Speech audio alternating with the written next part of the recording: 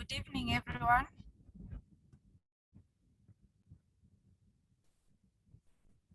Good evening. Hi. Hi, you can hear me well? Yes. Okay. I think we should wait for maybe 5 minutes for the others to log in before we begin, right? Very well. At the moment, I'm only seeing 4 participants. Let's wait until at least one of our guests logs in, especially Senator Sylvia Kasanga, because she's the first guest to speak.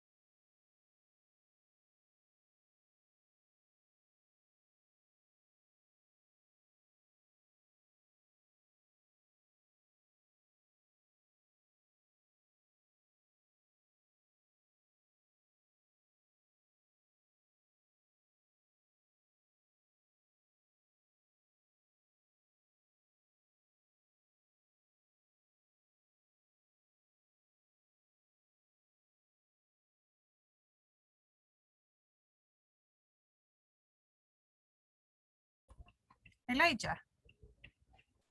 Elijah? Elijah?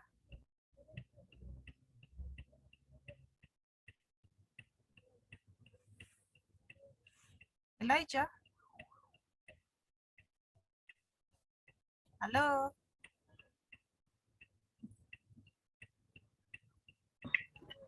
Evelyn, nakusikia?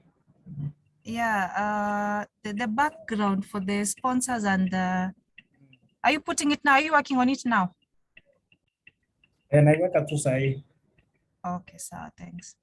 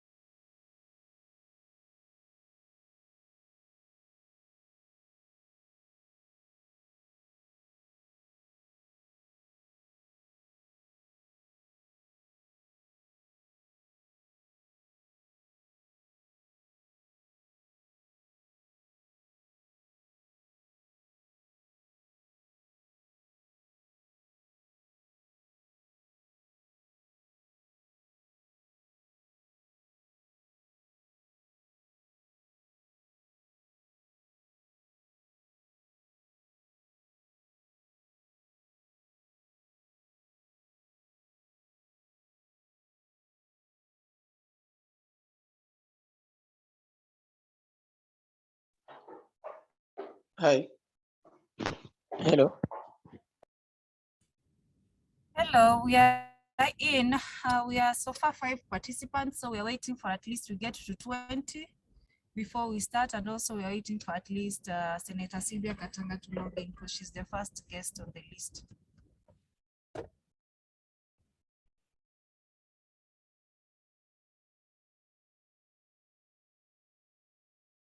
Are you able to see the background? Right now, it's an aerial view of a map.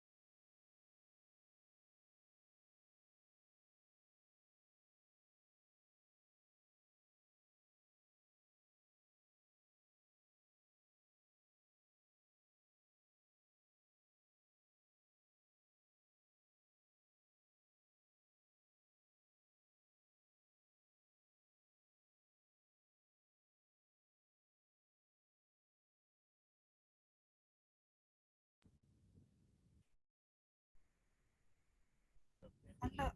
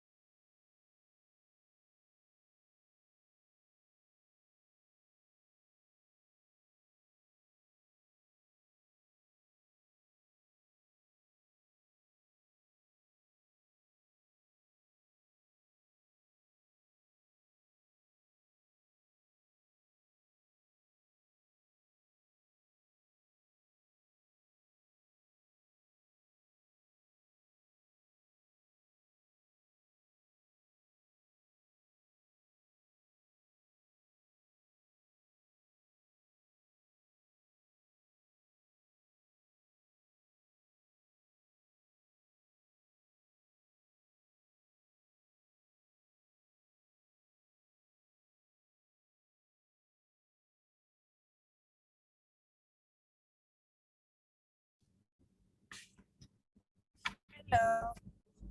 Good evening, all.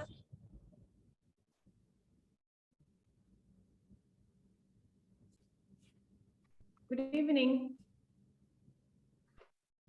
Welcome to our event. My name is Evelyn Odiero. I'll be your MC for this evening. Today we are discussing mental awareness amongst the youth. This event is organized by the event gurus, and I will start by introducing our committee. The first member of our committee is Omar Noman, who is the chairman. Then we have Elijah Ichwara, who is the tech manager. Bale Chelagat, who is the secretary. CD Lennox, the event coordinator. And Kalundi Muli, who is the marketing officer. And of course, myself, Evelyn Odiero, will be the MC for the evening. We'll start off by a word of prayer from Elijah Ichwara. Let's pray. Precious God, we thank you for everything. Thank you for the gift of life. Thank you for giving us this chance to speak on mental health that is affecting the youth in this country. We call upon your name to intervene. Be with us as we start to the end is our prayer in Jesus' name. Amen. Amen. Then Omar Noman will take us to the opening remarks for the evening.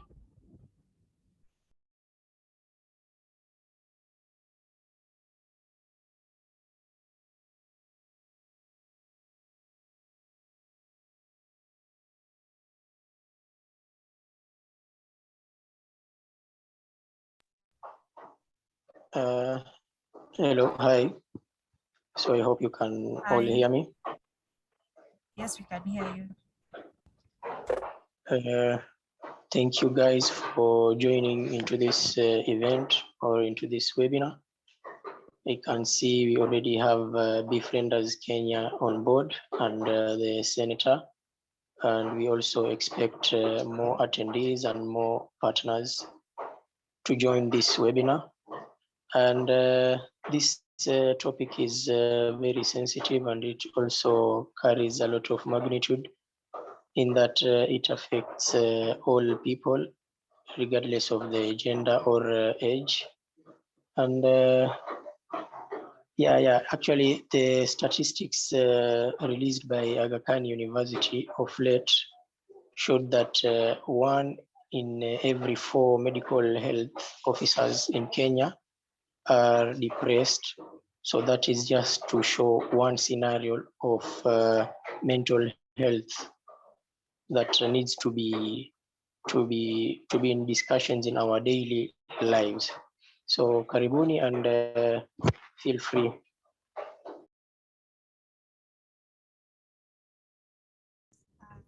Thank you, Omar, for that welcoming note. I would love to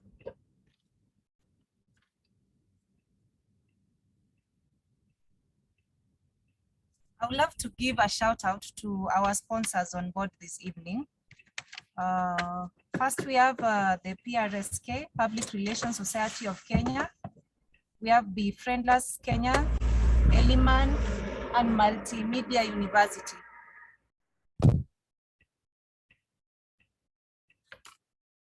We'll give the sponsors a chance to speak at the end of the event. So to start off our evening, I'd love to welcome the first guest on the list, Senator Sylvia Kasanga. She's a very youthful senator who has always been a champion on mental health awareness. She's the owner of the assented bill on mental health. And today she graced us with the opportunity to at least educate us on matters on mental health. Welcome to the forum, Senator Sylvia Kasanga. Thank you so much. I hope you're pronouncing that as Kasanga. Sylvia Kasanga. Sorry And for I'm that, Sylvia Kasanga. That's right. I'm an architect by profession.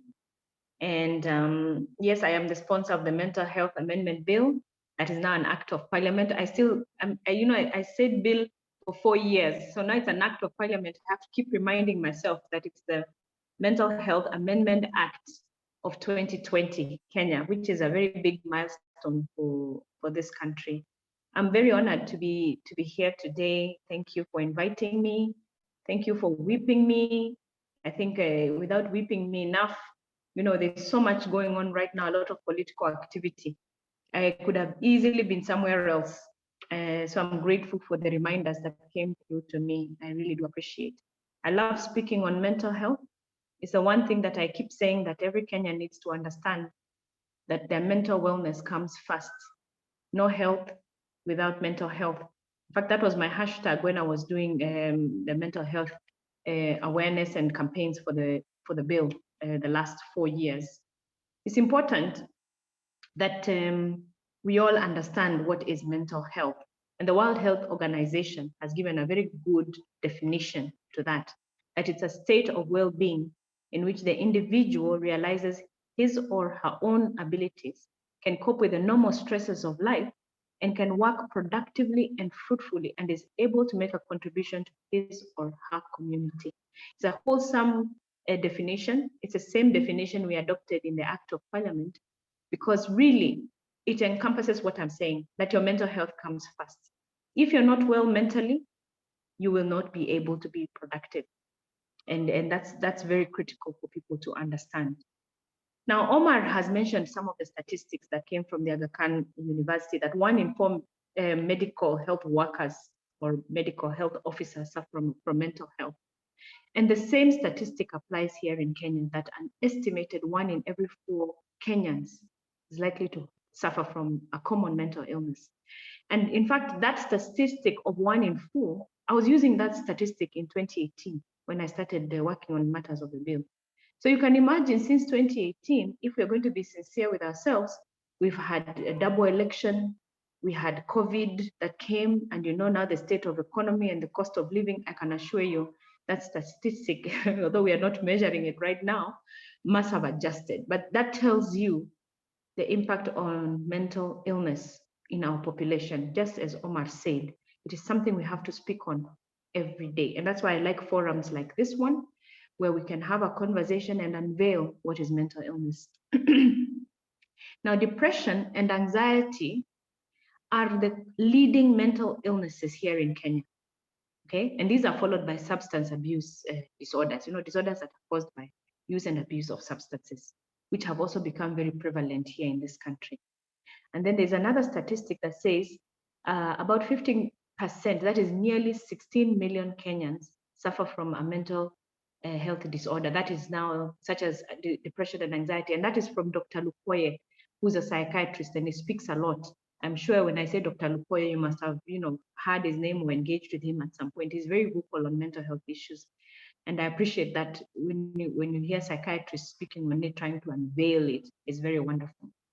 Now, Kenya was ranked 4th with the highest number of depression cases among African countries. And that's a World Health Organization report of 2017. So you can see we are, if you extrapolate and bring it to today, given all the dynamics in the economy and everything else we've spoken about, you can be sure that statistic has adjusted upwards. Now, the Auditor General, in one of her performance reports in 2015, she paints a very grim picture of the state of mental health in the country. And the report stated that while it is expected that a psychiatrist should serve 30,000 citizens, currently in the country, a psychiatrist serves about 500,000 citizens in this country. So that can tell you the gap that we have on mental health intervention. It's not only psychiatrists who are there for mental health, but they are the highest in the pecking order of the practitioners in the field. So when you see that we have such a gap, 30,000 citizens versus 500,000 citizens of what we have currently, then genuinely we have not invested in mental health or mental illness interventions in this country. Also, the Auditor General's report did say that 0.05% of the national health budget goes to mental health. Only 0.05% is what the government gives to support operational costs for psychiatric hospitals or units. And many of us don't even know which ones are the psychiatric units that are there in the country. But you'll be surprised to know that there are about 14 of them. But the one that we hear of mostly, of course, is Mathare, which now is like a parastatal. Now they've managed to free it in its own budget, freestanding, which is very good. Now, I just want to highlight, even before I speak on the bill, I want to highlight on some of the things that the country has done. Actually, since 2018, when I started promoting the bill, there has been movement and there has been several things that have happened. First, there has been a Kenya mental health policy. This policy was 2015 to 2030, and it gives a framework on the interventions of securing mental health system reforms in Kenya. And this was in line with the Constitution 2010 and the Vision 2030. So that is one of the things that I need you to know, that it exists. There's a policy on mental health that exists. As to whether it has been rolled out or the activities on it, that's a conversation for another day. Secondly, there was a task force that was formed by the president, if you do remember. It was called the Mental Health and Wellbeing Task Force towards the happiness and national prosperity. And they unveiled a report in 2020. I remember the committee was gazetted in 2019. It was chaired by Dr. Njenga, who's a psychiatrist and the father of psychiatry in the country. And they went ahead and they went around the country looking to understand the mental health status of the country. And this is a report that I always say, you must interact with it. And you will find it in the website of the Ministry of Health. And it is one of the reports that gives a very good snapshot of issues around mental health in the country, what causes mental health, what they call the social determinants of mental health. And it's very important to interact with this because you understand in our own local environment, these are the things that cause us mental illness, or, you know, if at all you're predisposed, it makes, you know, it makes you then be mentally ill easily, you get? So you must interact with this report. It was, in my opinion, a very enlightening report, and it is from it that several recommendations were drawn, including the legislative reforms which brought about the Mental Health Amendment Bill Act of 2020. Then we have the Kenya Mental Health Action Plan. This was launched in 2021. It's meant to be an action plan of 5 years, that is 2021 to 2025. And the plan provides a framework for both national and county governments and for stakeholders to implement mental health policy through strategic objectives with specified priority targets and indicators. Now, this is something I personally interacted with when it was being launched. I am aware of it. I know what are the immediate plans, middle-term plans, and long-term plans. It is a first action from the government that really looks out at rolling out the policy that I mentioned earlier. And it looks into policy and legal reforms. It looks into reforms to improve access to quality mental health services. It looks at financial reforms and investments and cross-sectoral mental health reforms, as well as administrative functions. It's a very good action plan. And you can actually find this action plan, again, in the website of the Ministry of Health. And I always tell citizens, these documents are public documents. And unless we interact with them and ask questions, then we will not be able to monitor the steps that the government is taking. If we want to know what the government is doing on mental health, we have to interact with this, such plans. Then we can pull out the plans, and the plan is very descriptive. It will say that between January 2022 and January 2023, the Ministry of Health shall do 1, 2, 3, 4, and it has allocated X amount of money for that task. That's how prescriptive these action plans are. So therefore, when you interact with it and you notice that you've not seen this impact or you've not seen this kind of item being rolled out, then we have to raise the question. And how do we raise the question? You have members of parliament who can ask certain questions, or you can ask through lobby groups and other stakeholders. It's very important to interact with it. And I would wish that now we are talking mental health, we look at these documents because they are public. Then, of course, we have the Mental Health Amendment Act of 2020, which is the bill that seeks to amend the Mental Health Act of 1993. So you can imagine by 2018, when I came into the picture, the only existing legislation for mental health was a Mental Health Act of 1993. You can imagine how outdated it was. Never was it even brought up to the current constitution or dispensation. And I'll highlight some of, the highlights of the act itself. It is to promote the mental health and well-being of persons, and including reducing incidences of mental illness in a nutshell. And then again, it seeks to coordinate prevention of mental illness, access to mental health care, treatment, and rehabilitation services of persons with mental illness. Actually, you can hear how it is loaded. It's because it's a very comprehensive bill. Besides prevention, it's talking to access to mental health care. It's talking about access to treatment, rehabilitation services for people with mental illness. It is all encompassing, because with mental health, we cannot look at only one part. We have to look at prevention. We have to look at, for those who get ill, easy access to quality healthcare and treatment. We have to look at rehabilitation, because there are those who will need rehabilitation. And then we have to look at, the whole aspect in a wholesome manner. Again, the bill seeks to reduce the impact of mental illness, including the effects of stigma on individuals, family, and community. And for me, this is one of the areas that I am very proud of the bill, because we realize that stigma is the biggest impediment to seeking mental health or mental illness interventions and treatment. We are so scared to disclose when we are mentally ill. We are so scared to disclose when a family member is ill. And in fact, many instances you find that we lock up our vulnerable people. We don't want the community to see them, not even your neighbor. And it's most unfortunate. In fact, there was one time, there was a statistic given that 5 out of 6 Kenyans suffering from mental illness do not seek treatment. So part of the reason why they don't seek treatment is because of the stigma that is associated with it. And of course, the issues of awareness.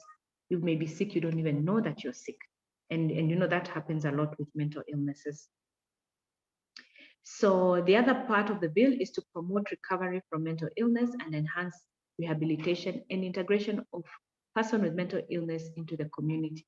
This is something else I am very proud of, because many times, just, you know, when a patient goes into rehab, it is always very difficult for them to come out of rehab and reintegrate back into the society and continue being productive citizens. So there's some support that is needed to that extent.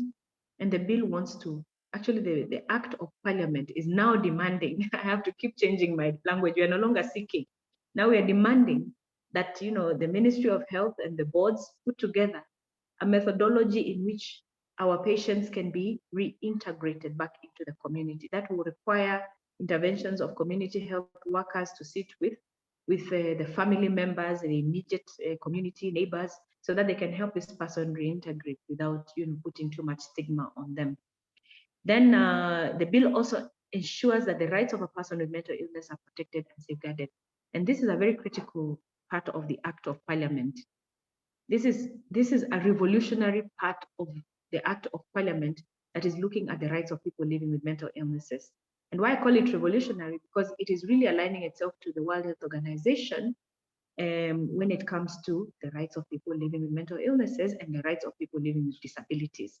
And that's a beautiful thing and a first in probably this part of the continent. And I can tell you because I have received a lot of calls from, you know, parliamentary colleagues around Africa wanting to interact with this Act of Parliament so that they can do the same for their country.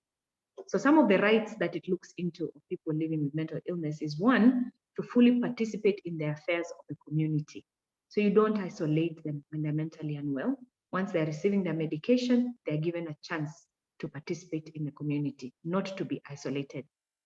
Secondly, is to access medical, social, and legal services. A lot of the times when you're mentally unwell, you've been declared mentally ill, you don't have a lot of legal rights, medical rights, social rights.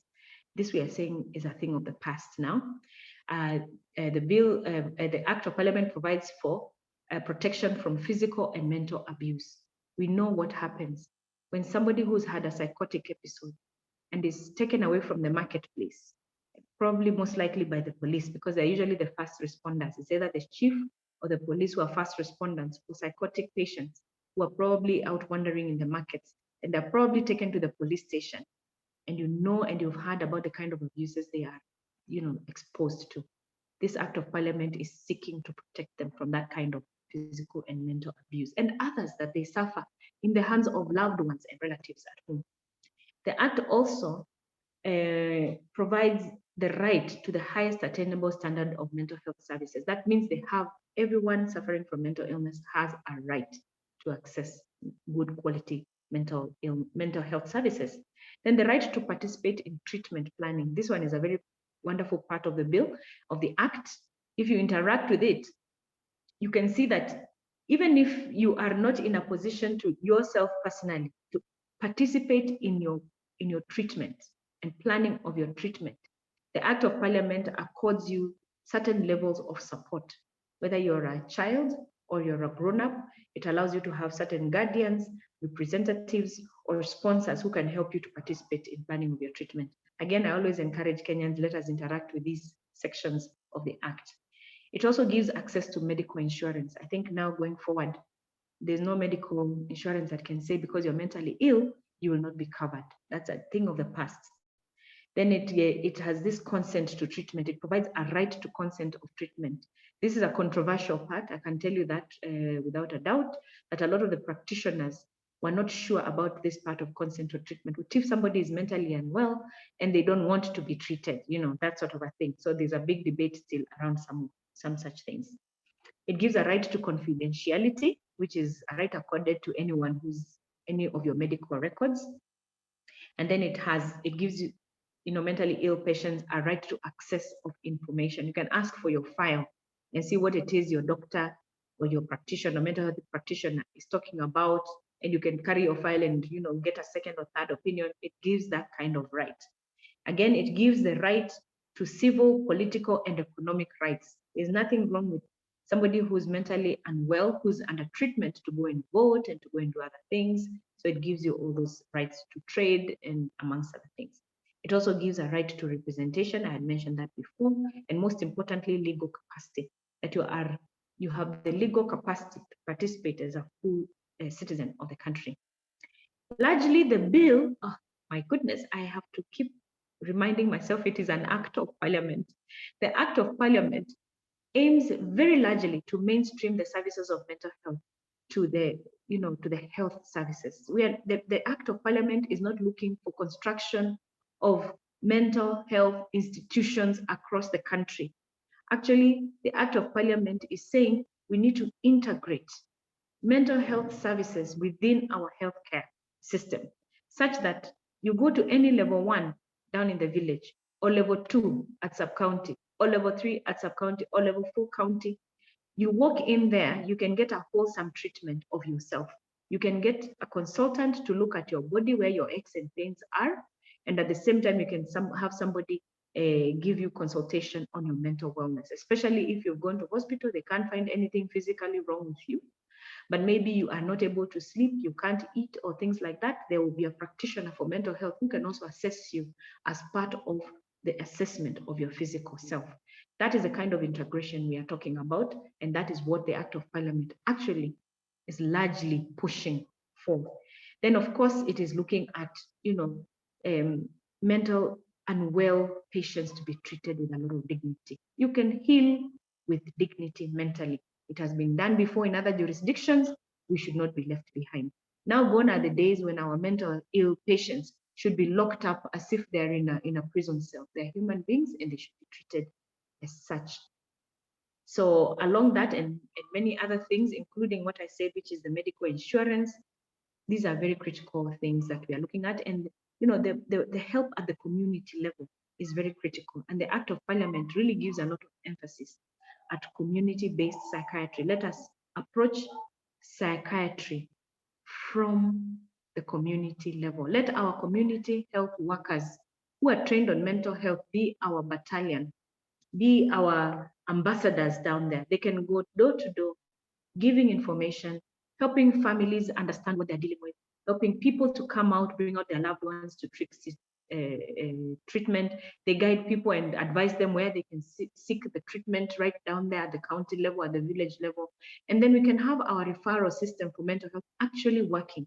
Many times you find that somebody is declared mentally ill, they're brought straight to Madare. Let us have some intervention at level 1. If they can't manage, they have the intervention at level 2, level 3, and so on, until finally we come to a psychiatrist who will be sitting at level 4 or 5 or level 6 now that we are building a level 6 hospital. So that is the sort of intervention we are looking at for mental health. And that is the only way we'll be able to cover the gap that already is quite significant in the country today. I must say that I participated with the Ministry of Health when they were working on an investment case for the country, a mental health investment case for the country. And they were seeking to find out what is the economic burden of mental health in our economy. What does it cost us as an economy when we have so many mentally unwell Kenyans living amongst ourselves?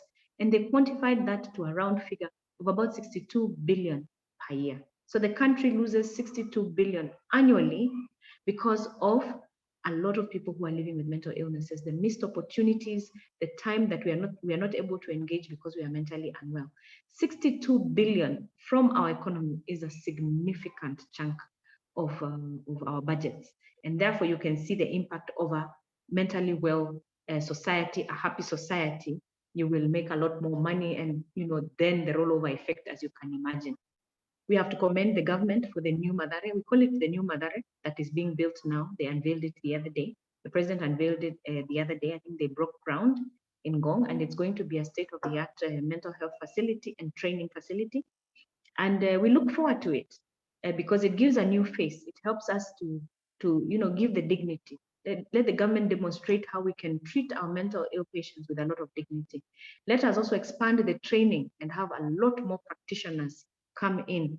Actually, the Act of Parliament recognizes several levels of practitioners, from psychiatrists to psychological nurses to psychologists as well, to counselors who are trained on mental health, to clinic officers who are trained on mental health. Those are recognized as part of the Act of Parliament as practitioners for mental health. And we need to expand that space. In fact, Kenyans and young people need to know you can have a full career in the mental health sector at whatever level that you're able to participate in. And we need a lot more of those. We also take cognizance of the fact that we have a lot of organizations that work in the mental health space. In fact, I always credit the work that I did on the Mental Health Act to a lot of those organizations because they came on board to support me. They were part and parcel of drafting the bill and creating awareness for it. In fact, I have organizations that helped me, get the senators for breakfast so that they can understand what is mental health. We get the parliamentarians at National Assembly to understand what mental health is. Because as you can imagine, it was a new topic, never discussed before in Parliament. These organizations, and I heard you mention Befrienders being present. Befrienders is one of them that was part and parcel of this journey of getting a mental health act for our country. And without them, I can assure you, we would not be where we are today. So I always thank them for that. So as you can see, there's still a lot that needs to be done.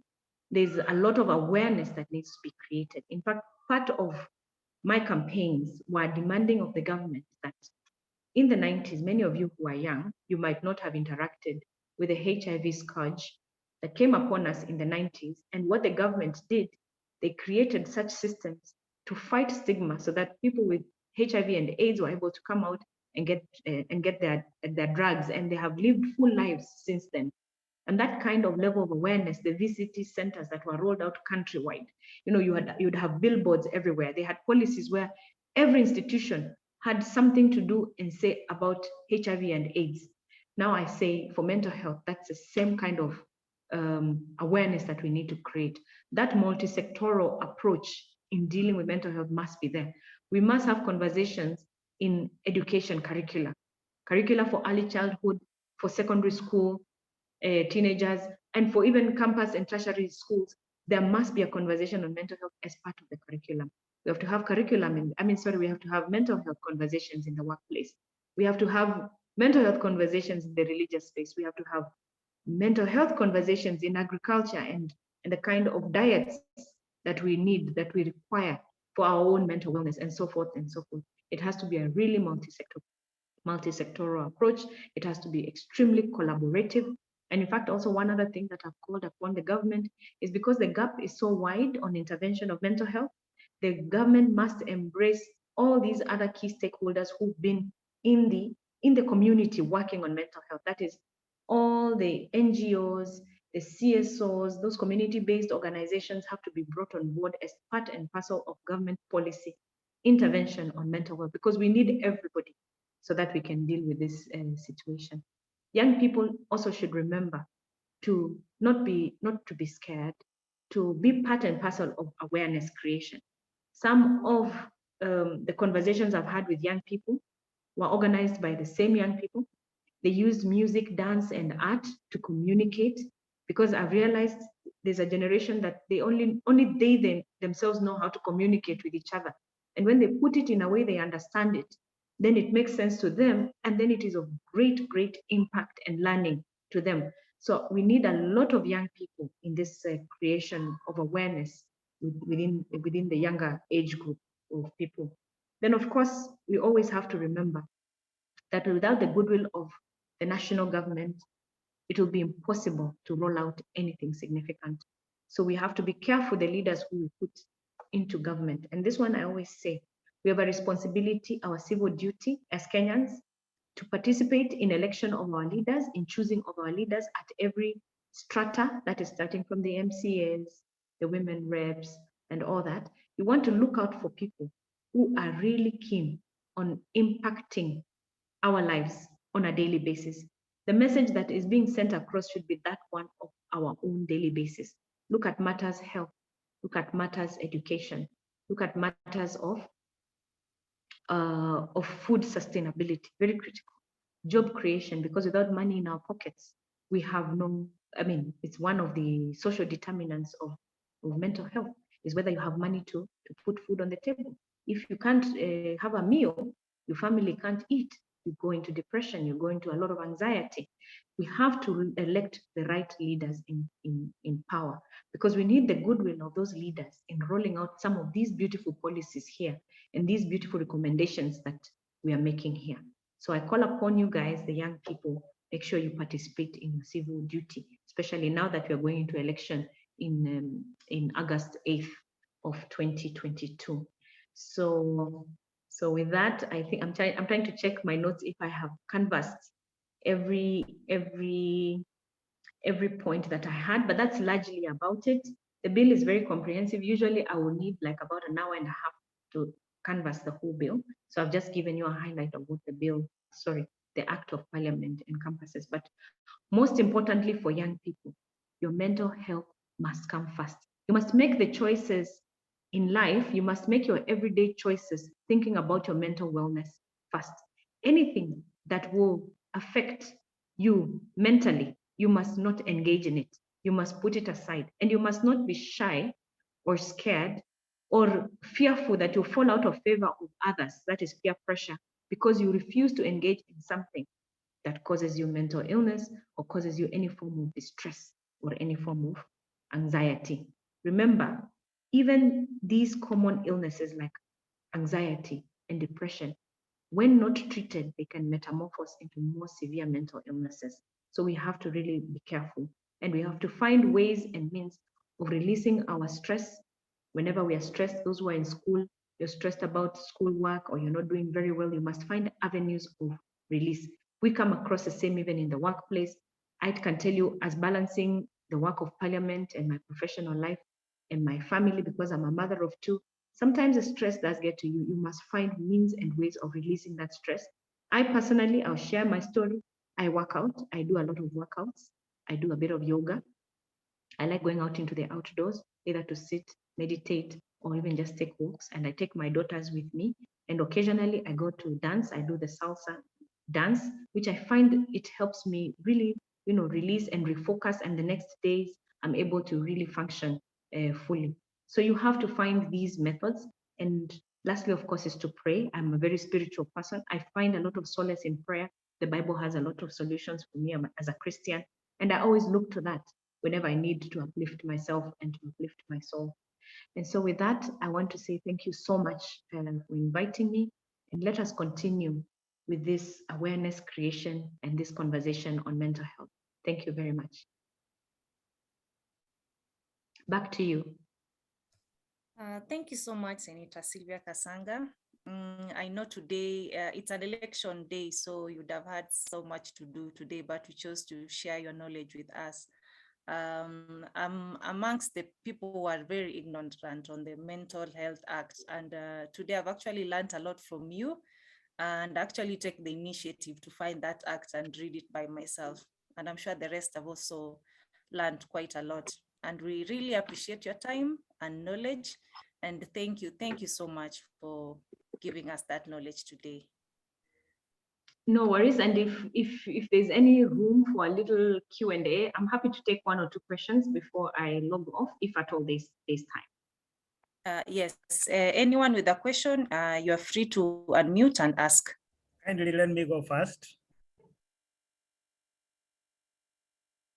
Yes. My name is Elijah. Okay.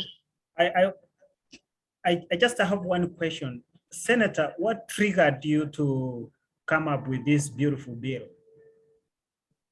Oh, first it was a learning for me that anxiety and post-traumatic stress are mental illnesses. I had never linked the two. I had been treated for post-traumatic stress disorder and anxiety. The nature of our work as architects sometimes gets to us. And there was a period in my life when it was very stressful. And I was, constantly sick. I was constantly unwell, a lot of headaches, heart palpitations, and panic attacks at night. And I kept going to the hospital. In fact, for a period of almost 6 months, there's no diagnostics that was not run on my body until one day, one practitioner just said to me, "You need to see a psychologist." And I said, "No, I don't need a psychologist. I'm not sick mentally." You know how you think negatively first when the word psychologist is mentioned. And it took almost a year of a lot of physical unwellness that could not be pointed to anything for me to finally agree to see a psychologist. And I went through therapy for about 3 months, and I was then okay. Then when I started the work of parliament, this was long before I got into parliament in 2017. So in 2018, Makueni youth came to see me because I was their second senator. And I had invited them because I was looking for a cause. When you're nominated, you have to look for a cause because you don't have constituents. So I called the young people from Makueni. They came and they told me their problems. But the one thing that I singled out was substance abuse in the small towns on the Mombasa Road corridor, because there are quite a number in Makueni. So the statistics they gave me of the youth who are affected and the effects of substance abuse, that's why I put it in the Act of Parliament that effects of substance abuse are categorized as mental illnesses. I had never linked to those ones as well. But after they spoke to me, I really grappled with the question, what do I do? Where do I start? Until a doctor friend of mine who was working then at Aga Khan brought some Polish doctors to me. One time there were Polish doctors in the country doing certain things. And she said, Senator, I want you to meet these doctors. You might have something to think about to do in Makueni with them. And it is in that sitting where we're discussing all sorts of things. I asked them, I have this question that was brought to me by young people, and I don't know what to do. I don't know where to start. What do I do with this substance abuse? And that doctor said, you need to look at your mental health laws. And I remember looking at him and asking him, what is the connection? Why? Because every time you hear mental illness, the only thing you think about is the madman in the marketplace. So I had never connected mental health to anything else, mental illness to anything else. And the doctor said, no, check on your mental health laws, because this substance abuse falls under that. And many other things fall under that. And he went on telling me the things that fall under mental health, and I couldn't believe it. So the doctor who connected me to the Polish doctors went and brought me a psychiatrist who had been working at Madare. And she sat with me for almost 4.5 hours in my office. I call it, she gave me mental health 101. She really broke it down to me. And I realized that I had suffered a mental illness and I was treated, and I am okay. I'm a full productive citizen of this country. And I said, wow, Kenyans need to understand this. Kenyans need to understand what is mental health, what are mental illnesses, that they can be treated, that you can be a full productive citizen, that many times, even after one psychotic episode, you can be sorted out and you never have to have a second psychotic episode. And even if it comes, you will know how to treat it. Things like that. It is that realization, I think, that gave me the passion. I really want Kenyans to embrace their mental wellness. Yeah. Thank you, Elijah, for that. Okay, I have a question. Okay. There's a part you've touched on mental health being included in the education curriculum, right from preschool all the way to higher learning. And among the things, because if we look at it just as being from the curriculum,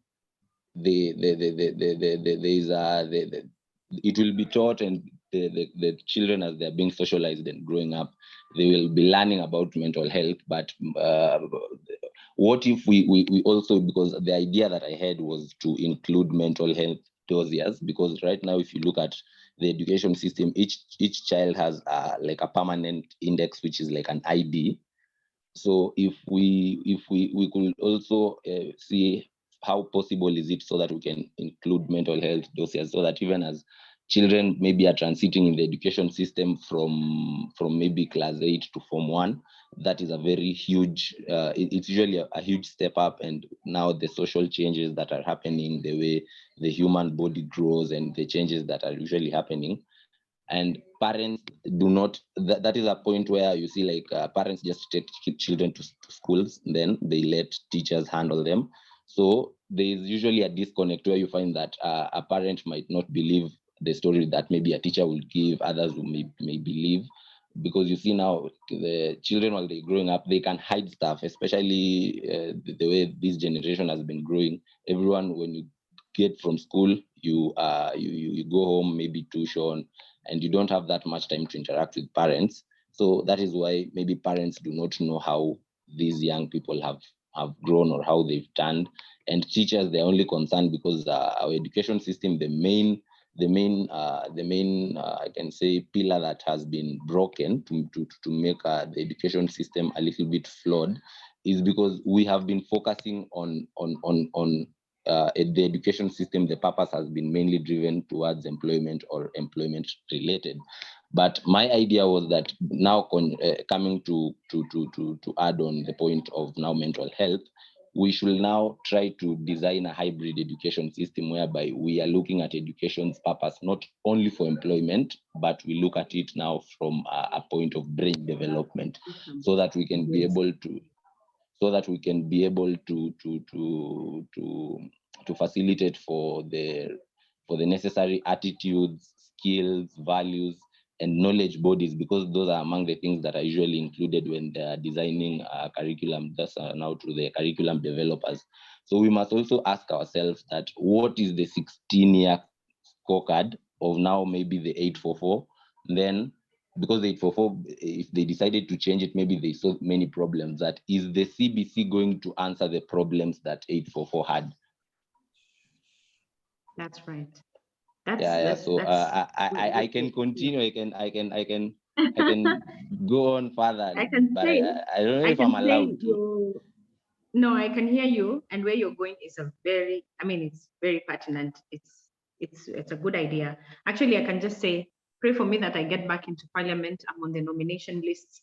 If I do get back, I want to take mental health intervention in this country to the next level. I'll be the #1 watchdog, as you can imagine, so that we can get this act of parliament actually implemented. Implementing, it's one thing passing an act of parliament, is another getting some levels of implementation done. But more importantly is that I want to see the Ministry of Health working very closely with a lot of grassroots people who've been working, because they have such wonderful ideas now, like what you're talking about.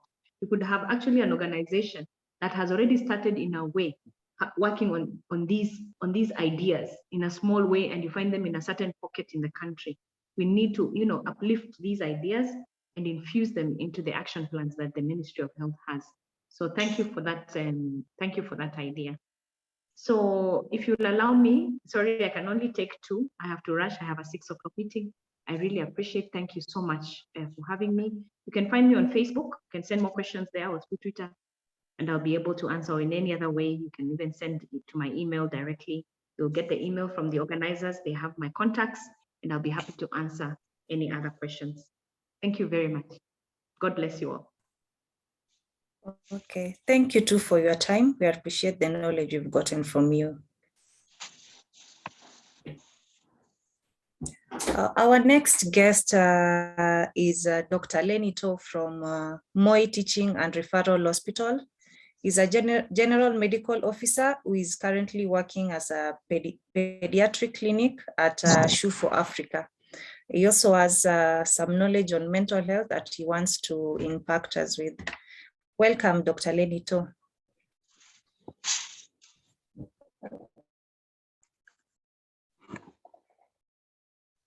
Good evening. Hello, everybody. All protocol observed. My name is Dr. Lenny, currently from MTRH, SHU for Africa. I'm going to take you through mental health disorders, risk factors, causes of mental health disorders. We have the issues of early signs of mental health. Then afterwards, we'll invite questions. Thank you. So when you talk about background of mental health, it refers to behavioral, cognitive, emotional well-being. It's actually how people behave physically, the way they meet socially, and people.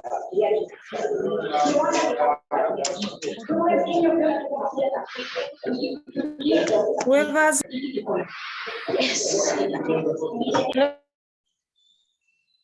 Sorry for the interruption. So when you talk about mental health, it's a state of well-being in which an individual realizes his or her own abilities to cope with the normal stresses of life. That's where a person can work productively and is able to make contribution in his community or her community. Allow me to take you through risk factors for mental health conditions. Actually, in our society, everybody has a risk factor of developing mental health disorders, no matter their age, their ethnic group, their sex, or etc. So one of the risk factors that contributes to mental health include social and economic pressure.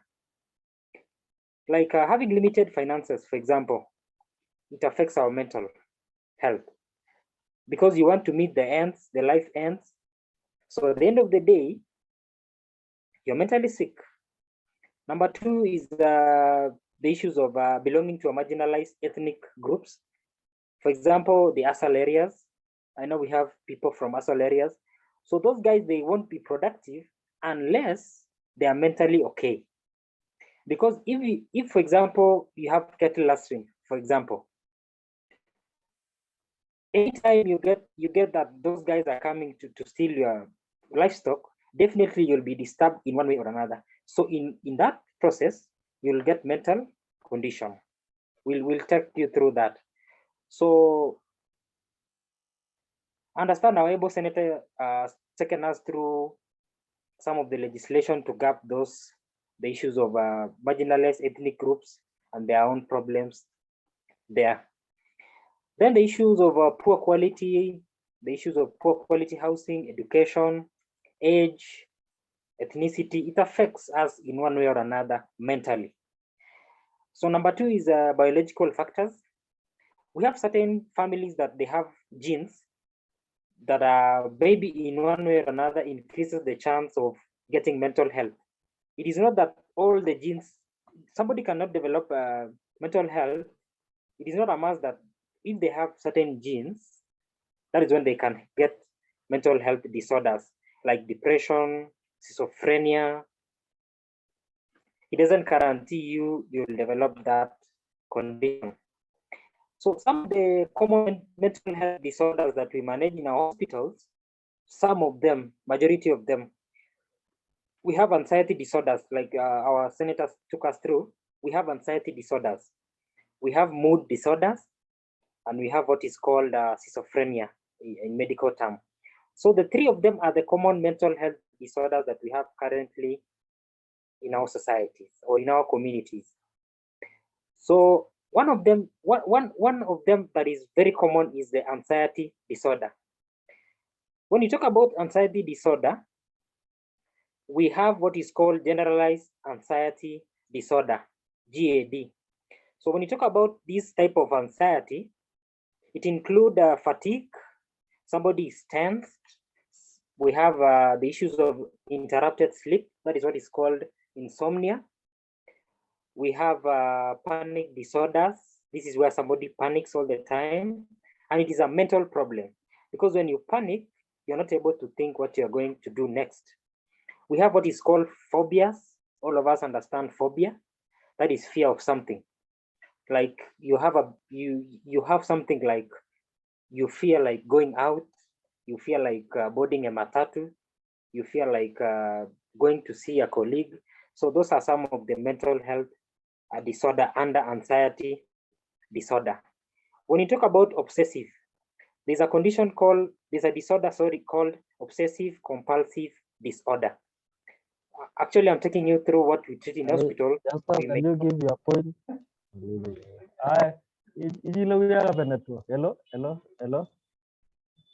So when you have obsessive compulsive disorder, OCD, this is where you have obsession, stressful thoughts, like a powerful urge to perform repetitive acts like hand washing. Like in our hospitals or our mental health clinics, most of our psychiatrists, psychotherapists, and psychologists, they get this condition, but they are only people who can know the type of the anxiety the patient is showing. That is what is called OCD, the obsessive compulsive disorder. Somebody can come to the hospital, like last year we had COVID. So when you enter an hospital or any other premise, you used to find that the first thing is to either to sanitize or to wash your hands, and then you wear your mask. So on this condition, when you come to our mental clinics or hospitals, you find that the patient, maybe he or she has come, washed his hands, and then after 2 minutes, the patient or the client goes back to wash the hands. That is what the condition called obsessive compulsive disorder, that is OCD. So you get yourself repeating certain things that you've done that a normal person that is not mentally sick is not supposed to do. Because when you come to for example, you're entering a room and then you find yourself locking a door and locking it and locking it. It is a disorder that all of us understand. So that is what is called OCD, obsessive compulsive disorder. The last one is a post-traumatic stress disorder under anxiety disorders. We have 3 under anxiety disorders. So that is post-traumatic stress disorder. This is it happens to individuals, people of our community, our society. When an individual experiences PTSD, that is post-traumatic stress disorder, this is when somebody witnesses a deeply stressful or a traumatic event.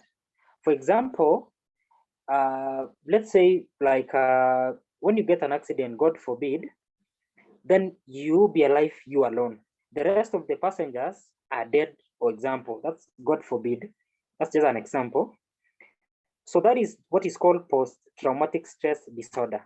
Or maybe our Kenya Defense Forces, for example, when they go to a mission, maybe in Somalia, protecting us citizens. So you get that maybe they get an attack. So once they get an attack, they lose some of the officers. Because, or we have a terrorism attack, for example, the Dusit one.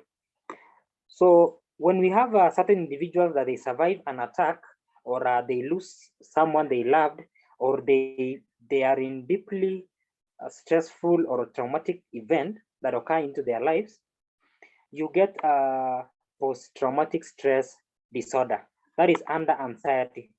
So under anxiety, we have obsessive compulsive disorder. That is where you repeat a lot of issues, like locking the door and locking it. Generalized anxiety disorder.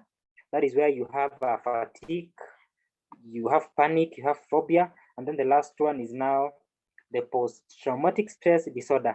That is where you witness a very serious issue or a certain condition. So that's why, like loss of someone, a terrorism attack, or an accident, and then you be the only survivor in that process. The second mental health disorder that we have is mood disorder. When you talk about mood disorder, we have depressive disorders. It is based on moods. This one is not common among many of the clients we see in our hospitals. The issues of bipolar. It affects our moods. Like you wake up in the morning, you don't want to see anybody. You don't want to cook. You don't want to get out of your house to go to see a friend, a colleague. So that's what is called bipolar.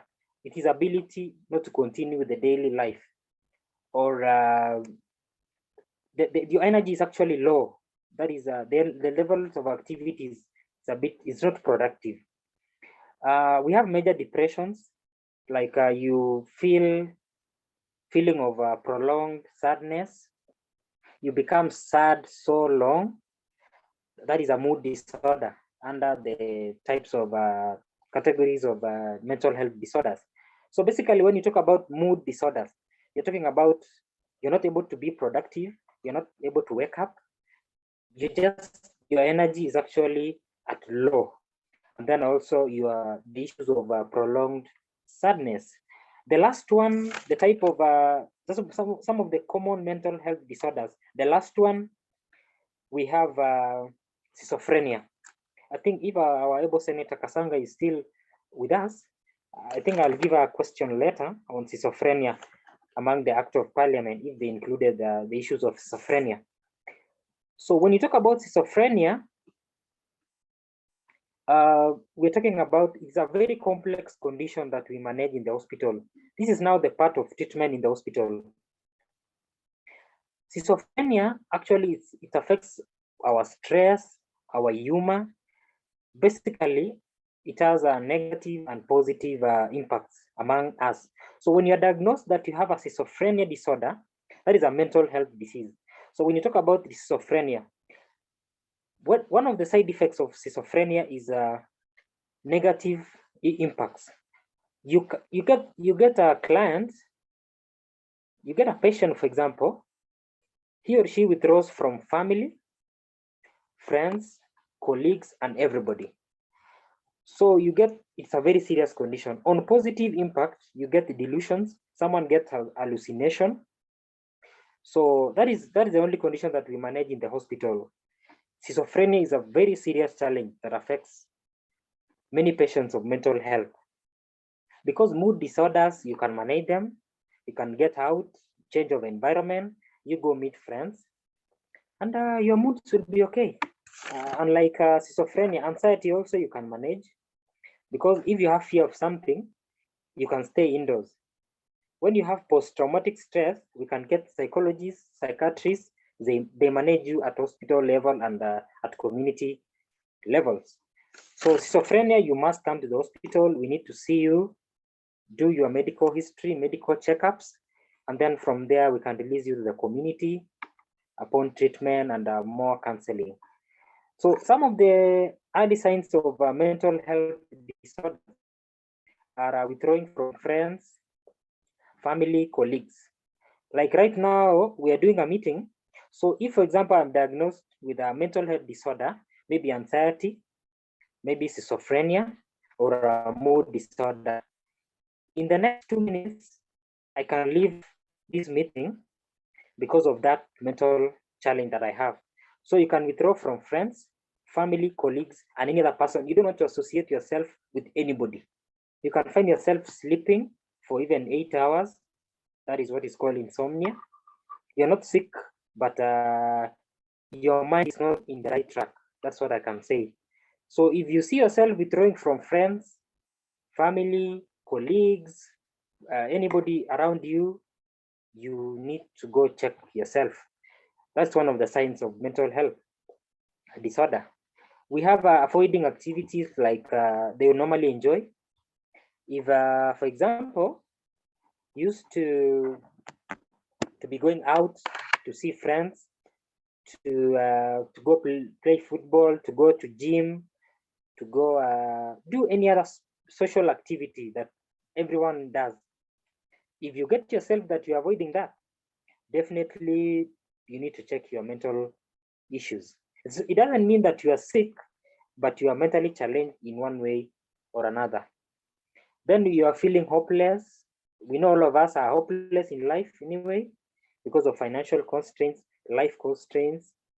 But we need to cope with the current situation of our lives, and we continue. God for us all. Then one of the signs also is being confused. You get yourself, you don't know what to do. You get negative motives, like someone, okay, I'm talking as a doctor, someone is going to cook cockroaches, going to cook snakes. That is not spider. That is not our African norms and culture. That's not our habits as Africans. So that is what I was taught anyway. So you have negative motives, like you want to do certain things so that certain people will see you, so that you get some you know. So you get those are some of the signs of mental health challenges that we have in our facilities. So you get negative motives, you have low energy. So the last part I'm going to take you through before I take questions, I'm going to take you through the treatment and management, both at community level and at the hospital level or mental health clinics that we have. When we start with treatment, treatment basically is for individual persons with mental, examined or diagnosed with mental health disorder. But for the all of us in our community, because mental health affects all of us in our community, it is not individual. You can be an individual having a schizophrenia, but the community you are definitely will be affected in one way or another, because they'll be supporting you day in, day out. So definitely treatment is for individual. That's why we refer, when we are seeing our mental health clients, we want to see the community they are based on, the setup of the community, because like some of the challenges that we have in our community is the stigmatization, like Honorable Senator took us through. The challenge that we have is stigmatization in our society. The society takes us that huyu ni mwendazimu, huyu kichwa imeruka. Those are some of the phrases they use in our societies. So if we can manage stigma at that community level, we can be good to go. We are going to manage the mental health. So one of the treatment or management, we have psychotherapy. Psychotherapy basically means you have a guiding and counseling officer. You have the community health officers. You have somebody qualified, somebody who understands mental health. That is somebody who can counsel you. So this is where at a point you meet psychiatrists, you meet psychologists, you meet psychotherapists, and I think that is where you meet physicians. They carry out these treatments. So when you come to hospitals, our mental health clinics, you meet all of us. That is psychotherapy. That's how we manage mental health, psychotherapy, or taking therapies. That is, you're taking psychiatrist, you're taking psychologist, and we are taking a psychotherapist for treatment purposes.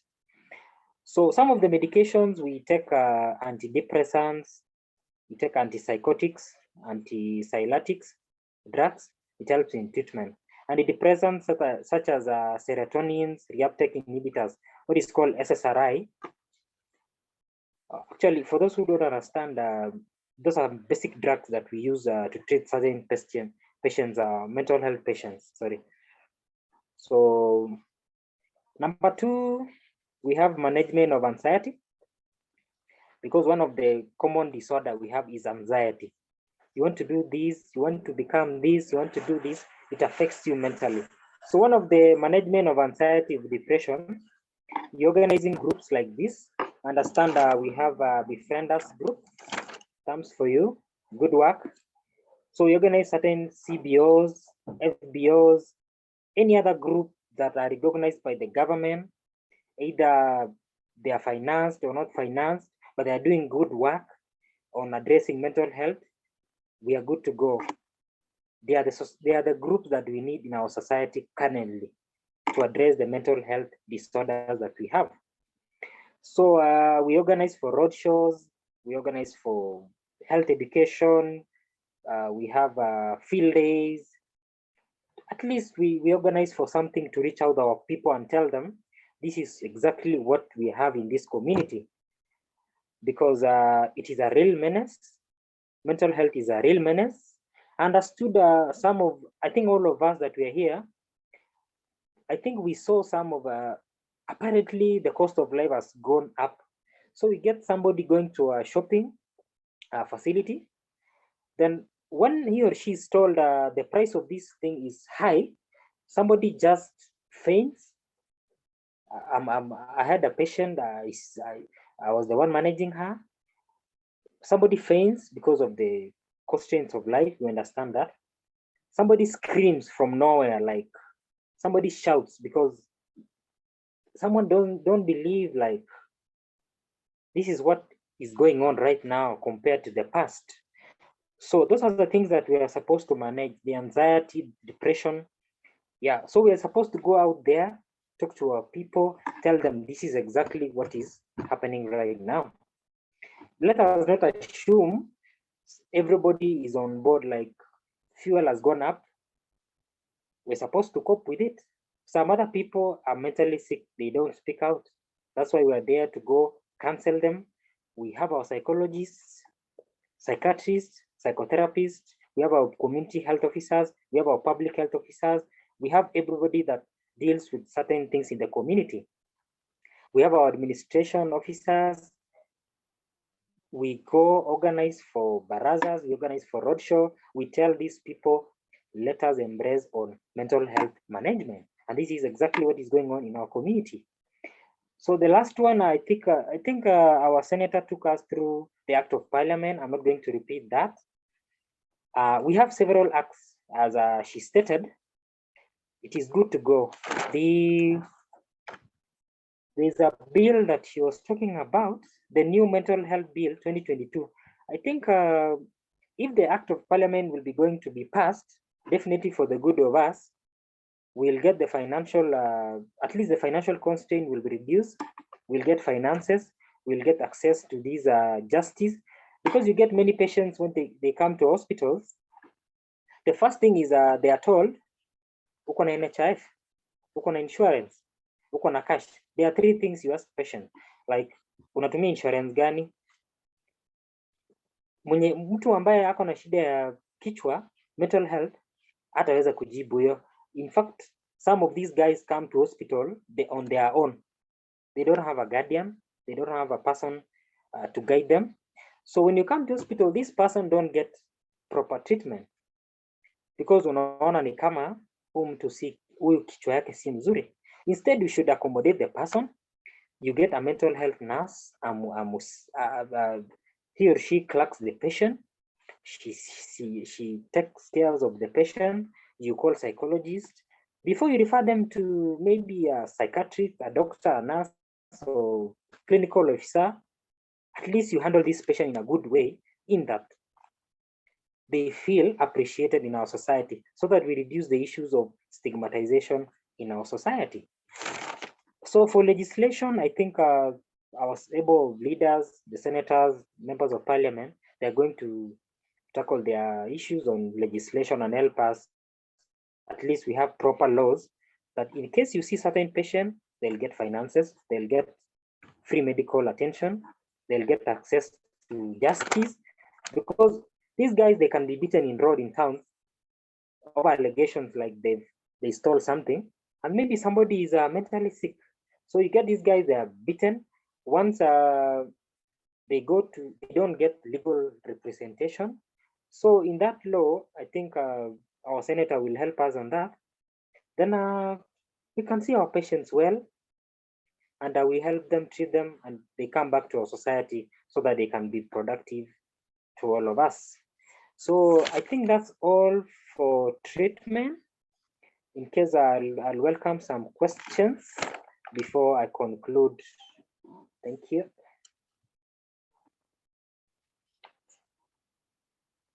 Back to you. Thank you so much, Dr. Lenito.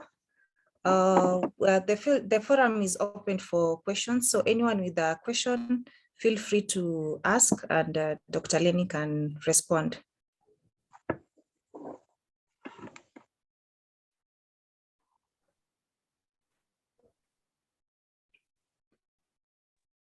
Anyone with a question? Hello. Yes, go ahead. Hi. Good evening, everyone. I had a question for Dr. Lenny. So you classified phobia as a type of mental health issue earlier. Do phobias have treatments like therapy sessions and antidepressants? Because I always thought there was something that one kind of has to live with, like you just have to avoid your phobia and you'll be fine.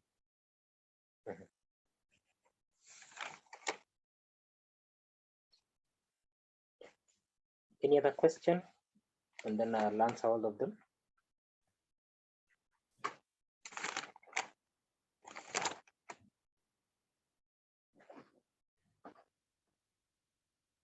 Anyone else with a question?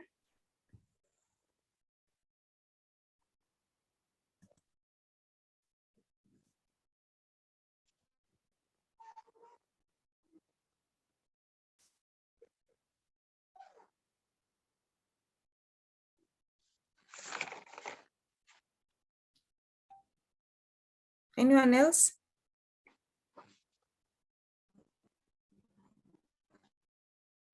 I think that was the only question so far. Okay, thank you. I forgot your name, sorry, but I can answer on behalf of the group. When you talk about phobia is an anxiety disorder. We classify the mental health disorders into three: anxiety, mood, and schizophrenia. So anxiety, that is where you are anxious. You have a generalized anxiety disorder, what is called GAD. So one of them is phobia. Phobia is fear of something. So we don't have proper treatment for phobia, because you can wake up where you are seated right now and you feel like your life will be taken outside where you are. So that is phobia. You fear something will happen. Like you fear that, am I going to pass my examinations? Am I going to fly next year to Australia? Like you fear there's something. You're not sure of what you're doing. So it's a mental challenge. So for us in the hospital or our mental health clinics, we don't have certain treatment or antidepressants or tricycline antidepressants, the issues of antipsychotics, anxiolytic drugs that helps in treatment. So basically, what we do for phobia, we have community health officers, psychologists, that they are there in our communities.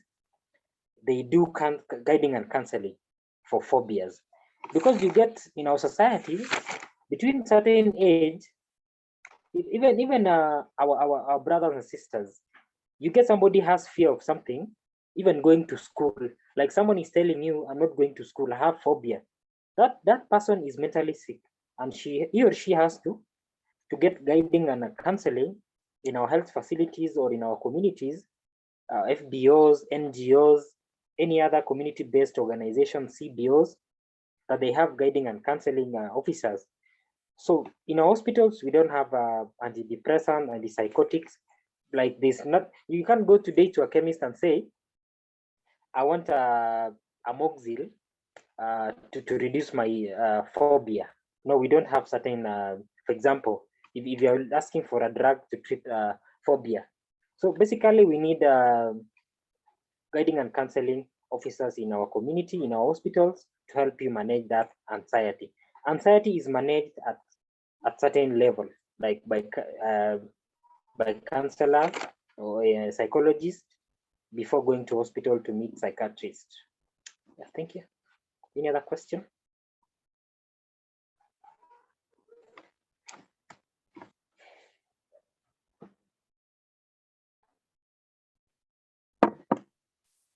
Back to you. Anyone else with a question?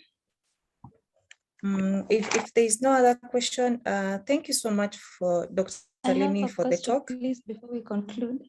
Okay, no problem. Dr. Leni, thank you so much for your input. I have a question. You earlier on made an input on post-traumatic. I cannot remember how you fully said it. And one of the example you put in is, for example, if you are involved in an accident and everyone else die, you're left traumatized. Now, my question goes to, when a person loses a loved one, they become traumatized for over time. So I have two questions. One, how do you deal with the, do you have in place a place where you can help children? Because Senator had earlier on said, maybe you can just find a way of speaking out and you will be fine. But my concern now goes to children that have traumatic issues, maybe over loss of a loved one. Do you have in place a section that takes care of children that are traumatized? Question number two, some of the time, a lot of times people will always avoid guidance and counseling session because they find them too expensive or rich person's things. So is there anything that can be done to subside the cost, because people outside here are dying with their pain? Thank you. Thank you. Now, it is called PTSD, post-traumatic stress disorder, if you can recall that, post-traumatic stress disorder. When you talk about post-traumatic stress disorder, you're talking about an event where an individual experience or witness a deeply stressful or traumatic event.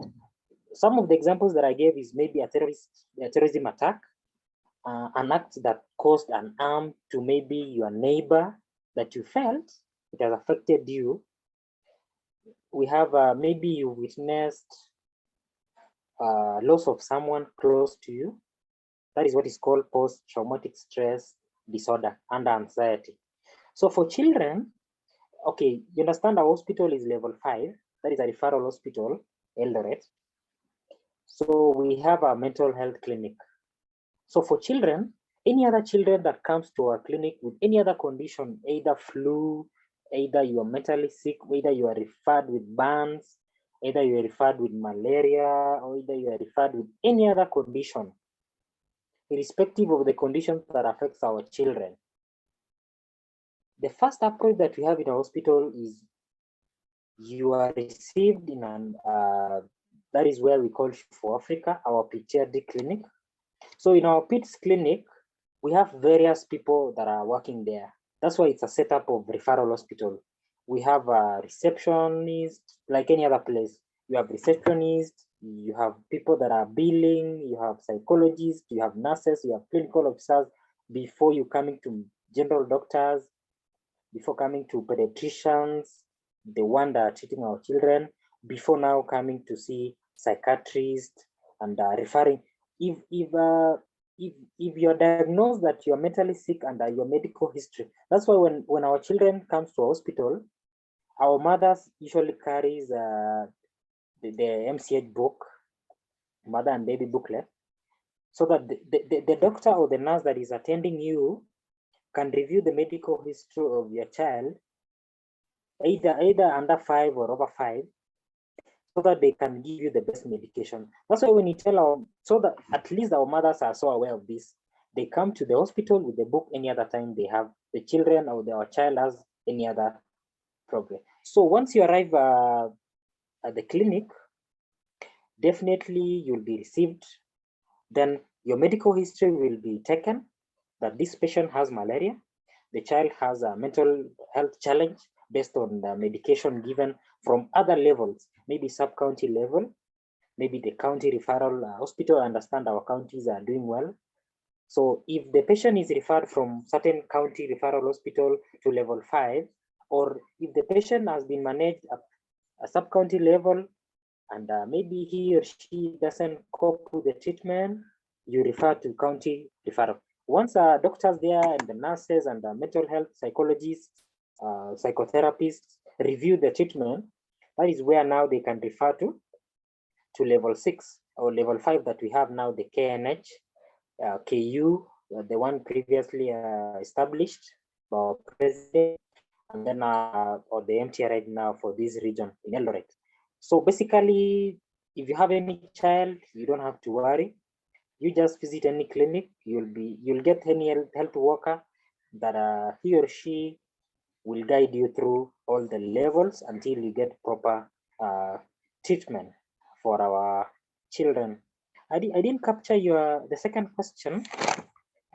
Kindly, I just took the question on do you have a place where you can handle children that are mentally sick in case they lose someone, in case of a terrorism attack or an act that causes harm?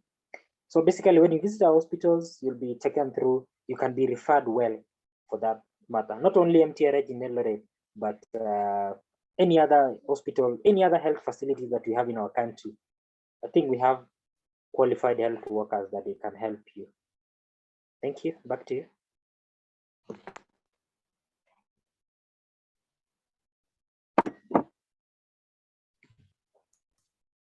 Hello, Nduta, do you mind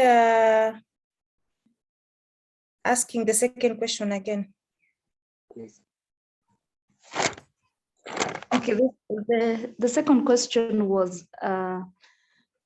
people shy away from seeking this medical attention after a traumatized scenario because of the high charges that comes along with it. So my concern is there anything that can be done for people that are not able to afford these high charges medical care, yet they are still suffering? Okay, very good. I now get your second question. On the issues of shying away, it is actually phobia. You fear something, like you fear to go to the hospital. Even if a community health volunteer, the CHVs, understand that we have several levels of healthcare. So in level 1, we have dispensaries. That is where we have CHVs, the community health volunteers. We have the community health extension officers. We have the community health workers, CHWs. So in that community level, it is their mandate constitutionally to tell the certain patient that this is your mental health problem.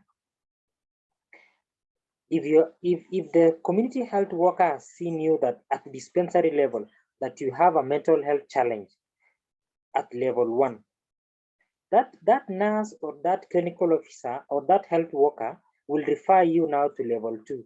That is where we have the health centers in our counties, for instance. So when you reach level 2, that is the health center, you at least you are upgrading. So you'll get a clinical officer, you'll get a nurse, you get a pediatric nurse, you'll get maybe a qualified psychologist. You may have mentor mothers at that level. So the mentor mother now will see the case or will diagnose the case, and definitely if the case is of maybe he or she can't handle, now they can refer you to level 3. That is the sub-county level. So the sub-county hospitals in our counties, we have maternities. They offer various services. Not all of them, but they offer various services. In one way or another, they may have mental health clinics because there are various clinics. We can have pediatric clinics. We can have mental health clinics. We can have GOPC for our mothers.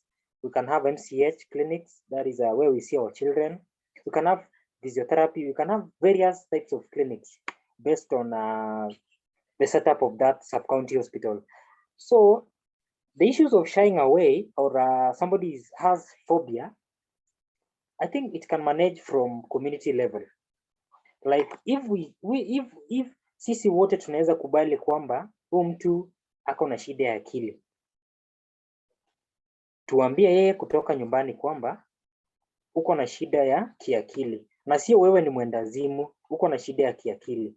You know the way you put up our people in our societies is huyo ni mwendazimu because somebody amevaa kiatu moja, yeye mwenyewe hajui kwamba ako na kiatu moja because shida yake ni akili, si ati kwamba akili yake ndo mbaya. No, the brain doesn't interpret things in the right way.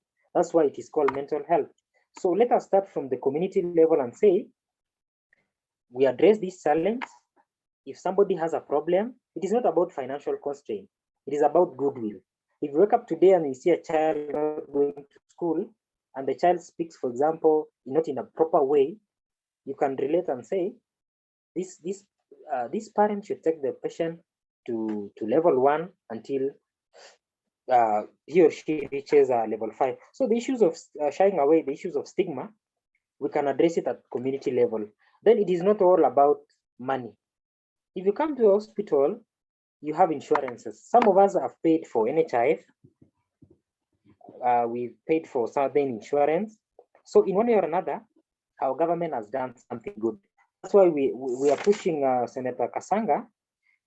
Going forward, if you come back to our parliament, not even coming back, we can advocate for ourselves. The new mental health bill 2022, if that act of parliament comes to pass, will be good to go on mental health issues. So let us not shy away from financial constraints, and let us advocate this at community level. Let us go out there, tell our people exactly what is going on. Thank you. Back to you. Hello. Thank you so much, Dr. Lenny. Your input has been very knowledgeable. I'm sure most of us didn't know the type of mental health disorders that are out there and where to look for help in case we face a disorder. So we've learned a lot today, and I'm sure anyone who has an issue that they want to address to you can always find your contact or email and maybe write to you so that you can be able to help them further. Yeah, sure. Thank you so much for the time I've presented my issues. So as I conclude, just 30 seconds, my conclusion is to all of us, either youths, all of us actually, I mean all of us in our community, let's get out and make our people have the message on mental health. As much as financial constraints is a factor, let us not see that finances is everything in our lives. We can speak out and tell these guys, you can reduce your stress, you can reduce your anxiety by getting out and exercise and meeting friends, meeting colleagues, talking to them, and we are good to address the mental health disorders. So going forward, let us choose the right leaders that they have goodwill for all of us. I wish you all the best. I'm going to see my patients, so allow me to leave and may God bless. Thank you. Thank you once again, Dr. Lenny. Thank you. Without further ado, I would love to welcome our last guest for the evening, Ms. Sarah Muiru, who is from Befrienders Kenya and is a counseling psychologist. She will take us through suicide and the necessary measures to take in case you find yourself in such a situation. Welcome, Ms. Sarah. Thank you so much. My name is Sarah Mururi, a counseling psychologist from Befrienders Kenya, and I'll be sharing on a topic of suicide and how we can be able to seek help. We need to note that suicide is a mental health concern to many, not only in Kenya, but globally. Hope you're able to hear me.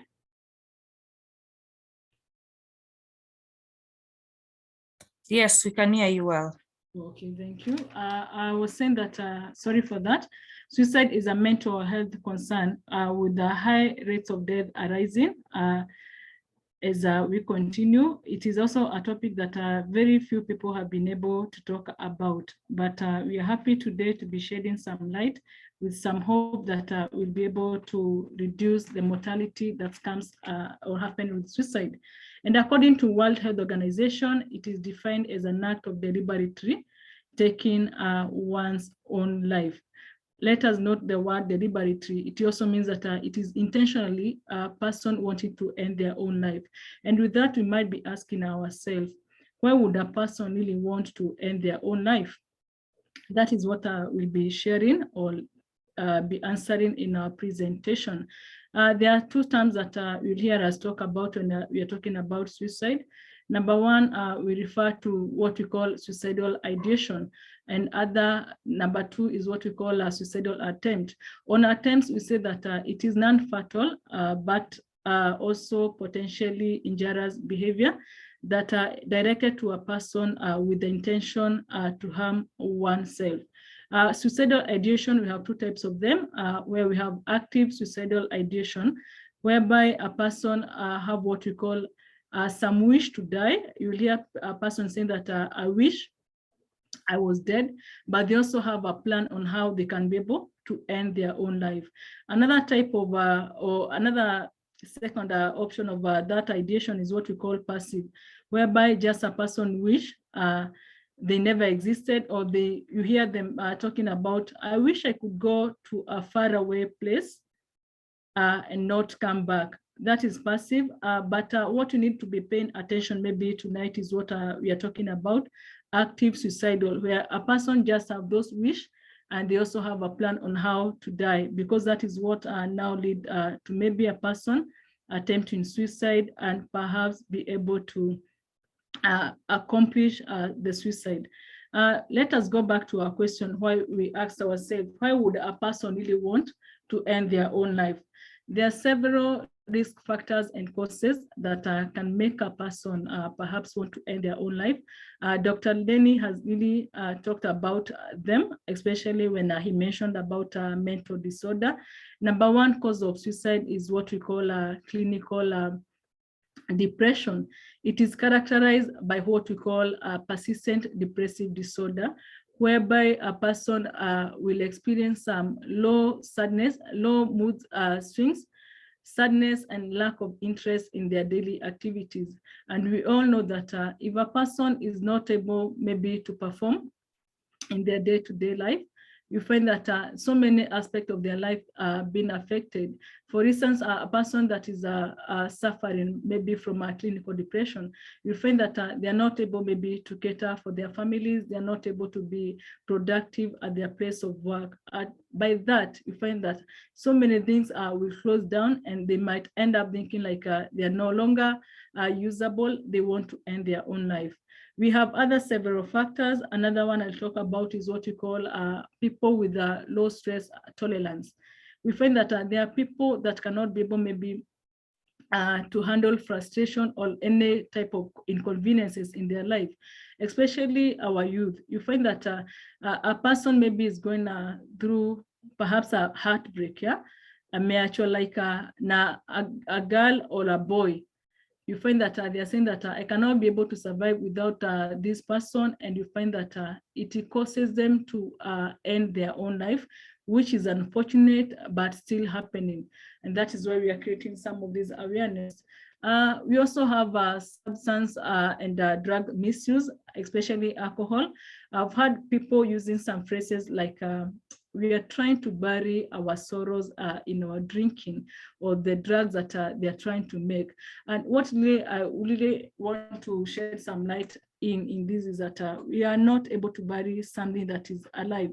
I'd rather encourage youth and especially university students, instead of maybe engaging in such a kind of drugs and other alcoholism substances, ensure that you are seeking intervention from a professional or from your friends by talking about the situation that you are going through. Another attribute that can cause suicide is what we call a traumatic event. I know Dr. Reni too has also talked about that. I really don't want to take much of your time. These are kind of post-traumatic stress disorders, where a person that have witnessed some life traumatizing experiences have not been able to heal from them. And you find that people with traumatic, what we call PTSD, they experience what we call hallucination. We'll hear some of them talking about that. I heard some voices telling me to end my own life. And you wonder, are you normal that you are saying that there is a voice that is talking about you taking your own life? These things are real, and especially if you're able to understand some aspect and the attributes of our mental health, it really affects people. And with such kind of people, they might end up obeying those voices that they're hearing from their mind. Another thing that I didn't want us to talk about is what we call lack of emotional support. We find that in time of life crisis and distress that we go through in our day-to-day life, we are not able perhaps to cope with such stresses well. We really want people to be able to support us at this particular time, but very few people know how maybe to support a person with a mental disorder.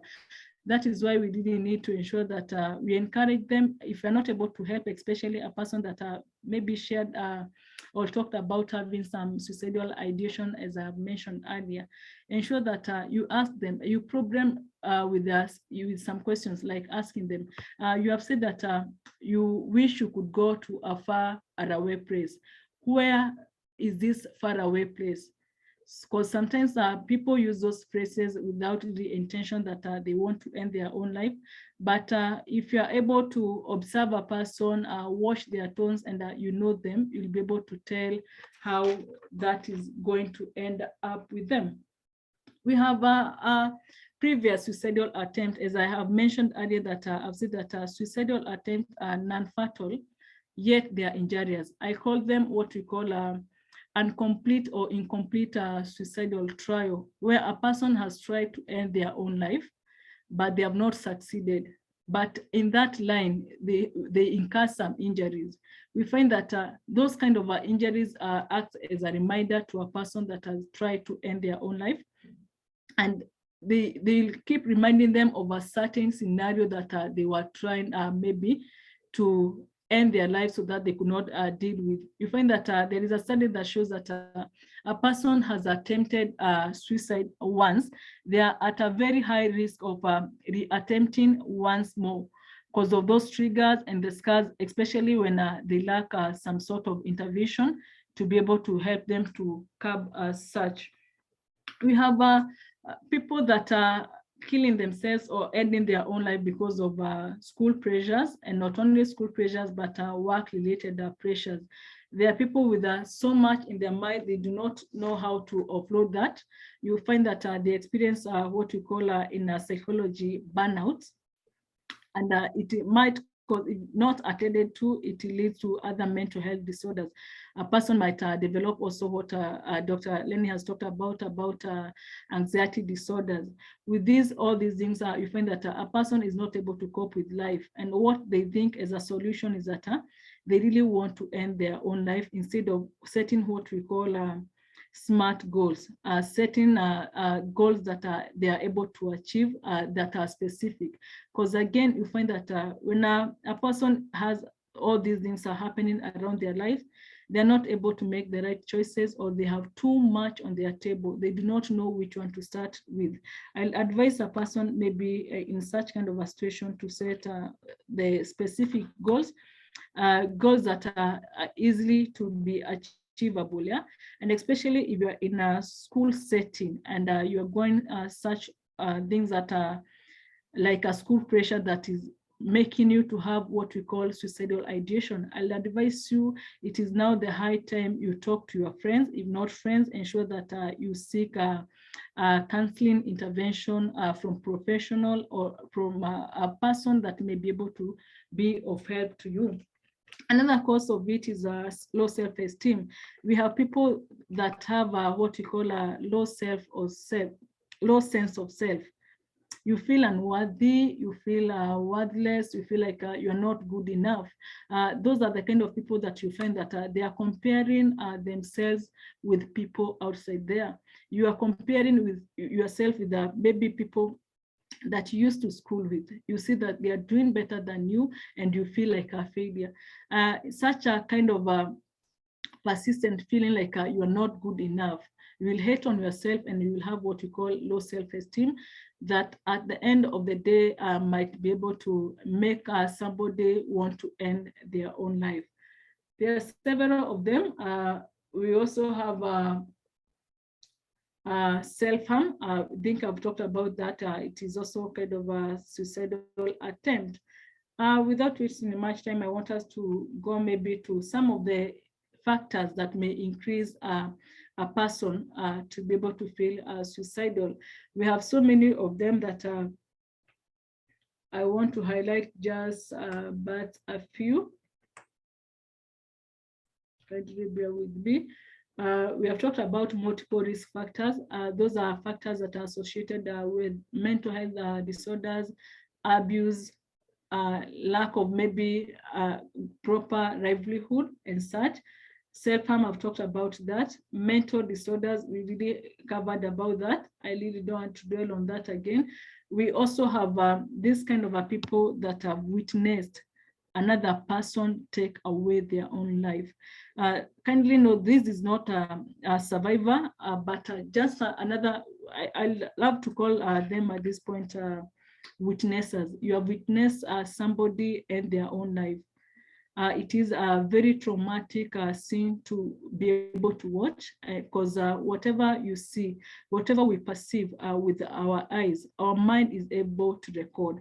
Sometimes you find that such kind of people, if they're not able maybe to be helped to overcome such kind of things that they have been able to observe, you find that they try to fight with their emotions and their feelings, and they might end up maybe trying to end their own life so that they can be able to curb that kind of guilt that they feel that they watched somebody die and they had nothing that they could have done, maybe to intervene or to save such a soul. People that have again been engaged in a past suicidal attempt, that we have said that it is the largely main cause of suicide that make people want to reattempt, not once, not twice, until they achieved maybe the target, especially where there was not mitigation of it. There are warning signs that lead people to suicide. We have what we call behavioral changes that you can be able to know that these are the kind of things that when you see, you'll be able to tell that this kind of a person needs help, and maybe you can be able to intervene in one way or another. Behavioral changes such as that you find that a person is isolating themselves. They do not want to participate in any activity like they were used to. You'll hear them also talking about things in a negative way. They have nothing, what we call positive attributes of maybe even sense of self. They always talk negatively. They also wish about bad things that can happen to them. That is a warning sign that a person might be suicidal. Actually, there is nobody that will come and tell you that, Sarah, I'm thinking of killing myself. They'll talk in like what we call like parables, yeah? They'll talk like going to a faraway place. And if you are not able to intervene or to watch like other aspect of that person's life, they might end up ending their own life. We have cognitive, whereby you see that a person is most of the time thinking negatively. They have no positive thing that they can be able to think about themselves. They have what you call scars of suicidal attempt. You'll find people cutting themselves in places that you might not be able to see, but you'll be able to note that there is something wrong with a person, the way they carry themselves, the way they talk, and so on. The biggest I think that we are able maybe to recognize is that we find that a person is giving away their valued possession, things that a person valued and they still need. They start now sharing them with friends, with families, without an explanation. Why are they giving out these things? Another thing I've come to observe, especially as I counsel you, is that we find that a person may be like they love taking photos and posting all of a sudden on their social media platforms. You see that they have withdrawn or deleted all those photos. It is supposed to cause an alarm, especially to the people that is close to that person, because at a normal life, you know, like they like doing such kind of activities. Others will write about some posts on Facebook saying about bye, thank you so much, nobody was able to help, and so many things that people write when they are saying that final goodbye. It is always good to take those as a warning sign. We have also what you call a person have this what you call a persistent sadness that is not ending and that is not unexplainable.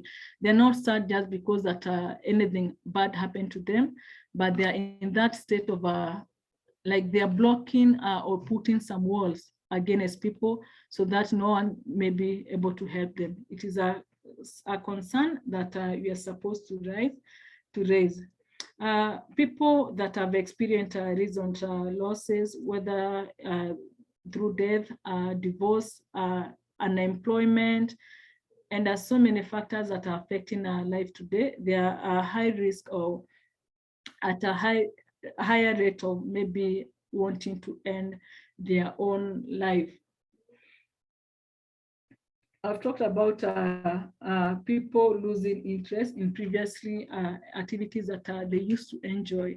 You find that a person that maybe used to love music, football, they're no longer interested in such a kind of activity. Whereas we do not want to mean that everybody that have lost interest in some activities are suicidal. Yeah? We are saying that it is a warning sign that we need maybe to address or maybe talk to them to be able to know what is happening in their life. I'll move to talk about some of the effects of suicide. Again, when I was starting, I said that suicide, especially suicidal attempt, even though it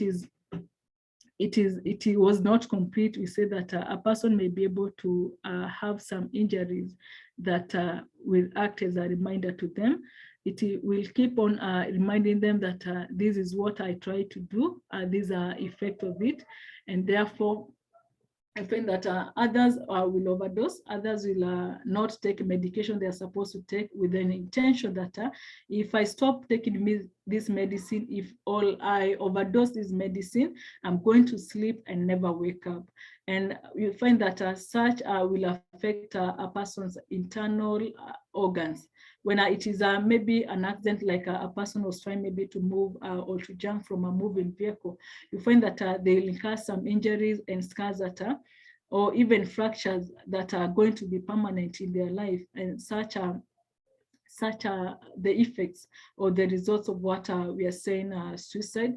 We also have people that will develop a mental health disorder out of that suicidal attempt. I know most of us think that not every kind of attempt that is led by mental disorders, but you find that if a person maybe, like for instance, I said about people with a low stress tolerance, maybe just did something, not basically because it was a mental disorder that affected that, you find that after that attempt, they develop what we call mental disorders, because they feel like I was weak, that is why I tried this. And also it affects the families of the victims, maybe the people that have died, they believed, the people that died by suicide.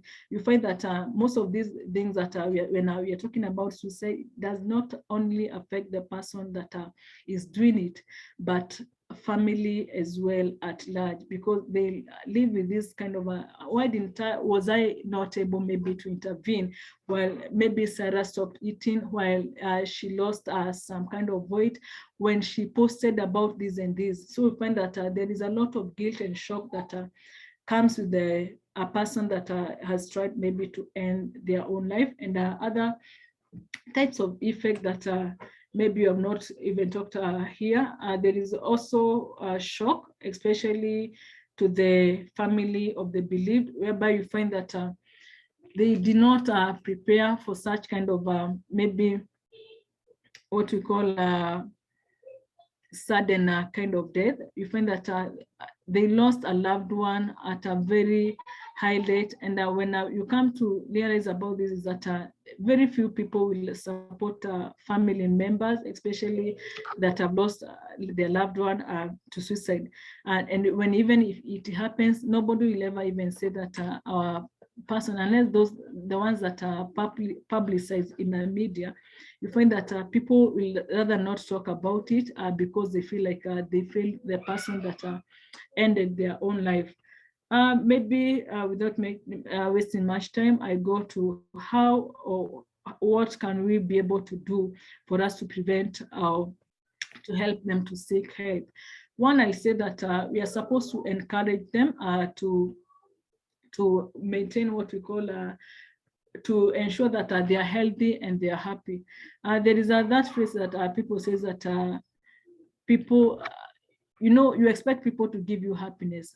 Ensure that you are able to prepare these people to ensure that they are able to find their own happiness that is within them.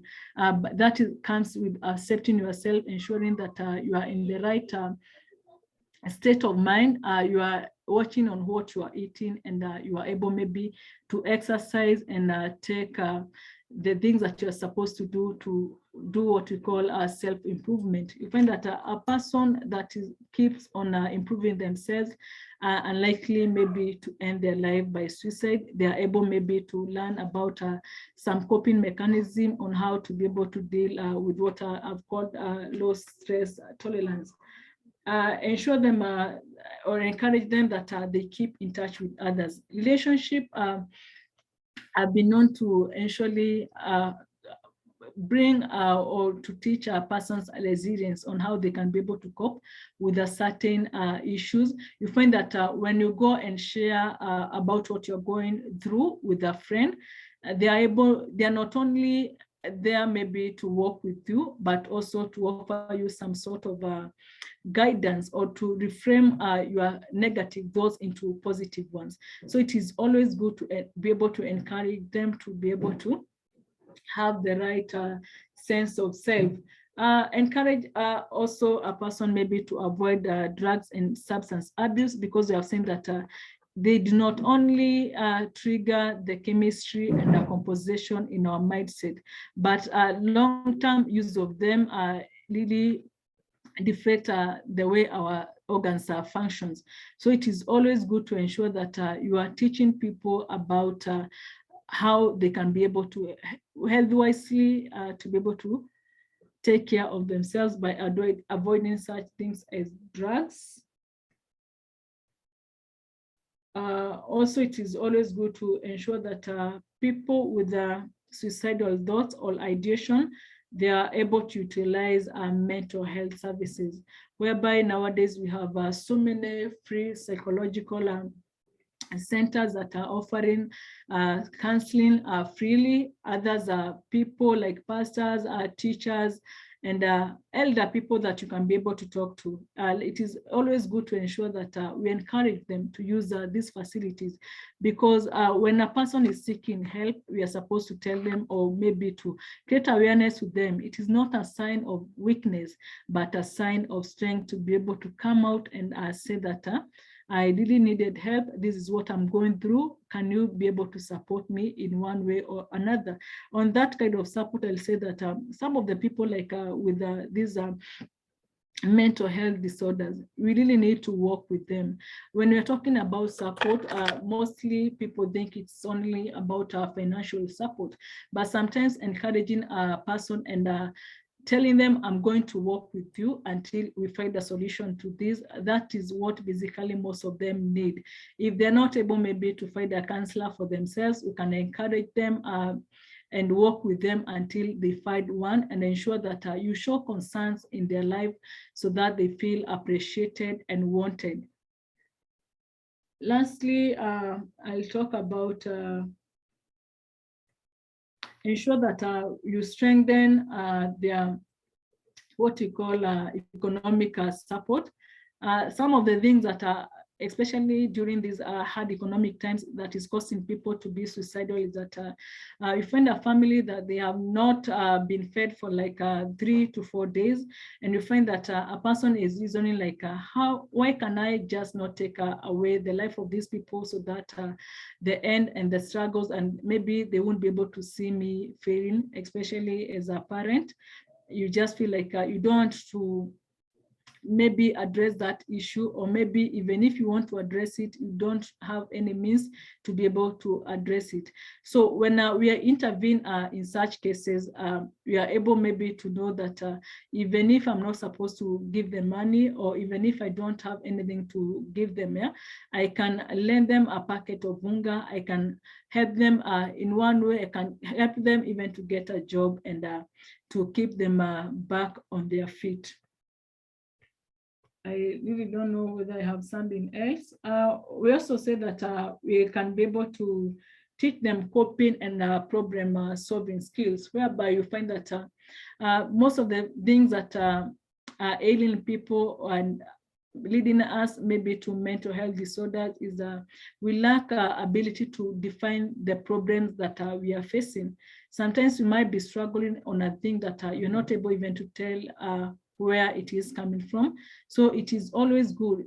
Remember, we said that these are people maybe because of the mental disorders and the state of life and the traumas that or alcoholism that we have talked about, they are not able to make the right decision.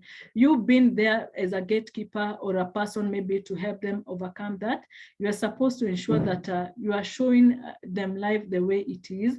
Help them come up with solutions that they are able to see like they are going to be effective.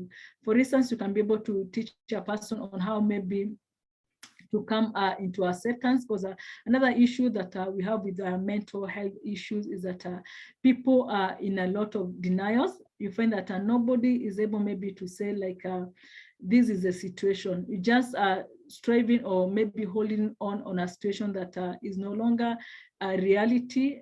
For instance, during these economic times, you find that instead of maybe moving to a cheaper house, a person really have a status quo to maintain, and it is draining them, it is leading them in a bad direction. So it was always good to bring that person to a point of accepting themselves the way they are and encourage them. And when we said about, when we are talking to these people, ensure that you are not only showing some warmth, but you always remain empathetic, because some of these people, you'll hear them say that when I talked about this, they were happy that I was struggling, which is not the case, but basically it happens because of maybe the way we are able to carry ourselves through the people's issues. When they share about the information, ensure that you are discreet on it.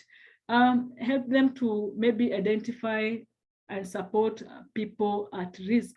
We can be able maybe to identify by the things that you have talked about, like the causes. We are able to know that this person, the way they are talking, the negative things that they are talking about, yeah, it also means that they have a social or psychological problem that we need to address. Actually ask them what they meant by what they said about that. Let us also try to lessen harms and prevent future risk through postvention. That is coming up with ways that we can be able to facilitate and help people that have been victims of suicide. And I think that is all I have for today, unless we have a question. Hope I didn't take much of your time. Thank you so much for your time and participation. Thank you. Back to you. Thank you. Thank you, Ms. Sarah. Anyone who has a question? So mine could not be a question. I cannot, qualify it for a question. Which means drugs are a major factor or contributor to suicidal thinking. Because from your explanation, what I'm getting, if drugs can make you go either way. Yes. I didn't see your name. What basically we mean by substance and drug abuse. Yeah? Also, let us kindly know that not every death that is attributed to a person may be taking drugs, but we say that a person that is into alcoholism and drug abuse, they tend to have what we call dysfunctional brain operation because of the altering of the components in the blood and the composition of the contents of the brain. They are not able to maybe make the right decision because they are mostly under the influence of alcohol. It is not the main cause, but it can lead to suicide. Hope I've answered you. Yes. Thank you so much. Thank you so much too. Any other question?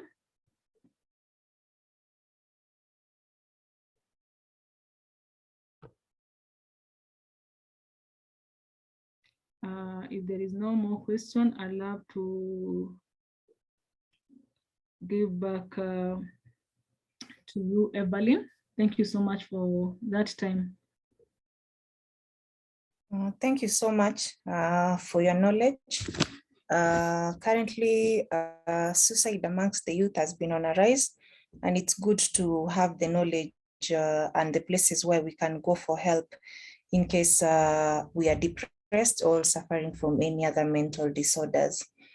So anyone in the forum who wants to reach Ms. Muiri on a private way, you can always be able to contact her through her email that will be provided by the secretary. So if you have any question, you can just reach out to the secretary and they can be able to give you the contacts of how to reach her. Thank you so much for your time. We appreciate.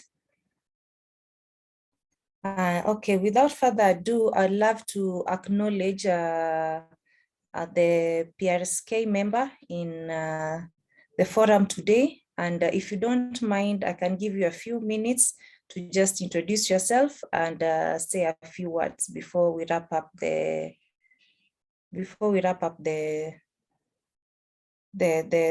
Zoom webinar. Okay, thank you very much. Hi everyone. Kariuki Amos is my name. I'm from PRSK, and I'm part of the secretariat, the membership manager.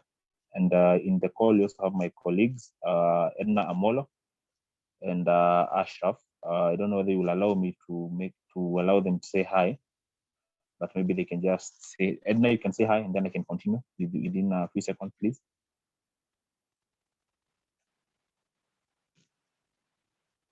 Edna, if you're there.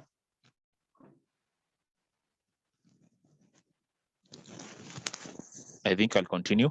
So this topic is very, very key. And thank you very much for organizing this forum, because mental health is something that, is affecting most of us. And for those in the PR industry, actually, this is one of the issues that they usually face, because, PR is a high pressure job, because you also have to deal with a lot of things on a daily. And taking care of yourself mentally is one key issue that every person should be keen about, mostly as the youths, because there's a lot happening, and we feel as if we are neglected. Without further ado, let me say more about PRSK within a minute, or rather within 30 seconds. PRSK is the Public Relations Society of Kenya, which is the umbrella body for all PR and communication practitioners in Kenya. And so far, we have 4,000 members drawn across the country from NGOs, public sector, private sector, county governments, and we also have student members as well. And multimedia is one key stakeholder in the organization. And you have been largely involved in our events and activities. And I'll invite you to be on the lookout on all the activities that we have in line for you guys. We have 3 major events for our students. We have one called the My Career Story, which is a virtual session, a 1-hour session, where you get three keynote speakers who are industry players, and they get to guide you with the skill set you need to, get ready for the industry. And also we have something called the PRSK PR 360.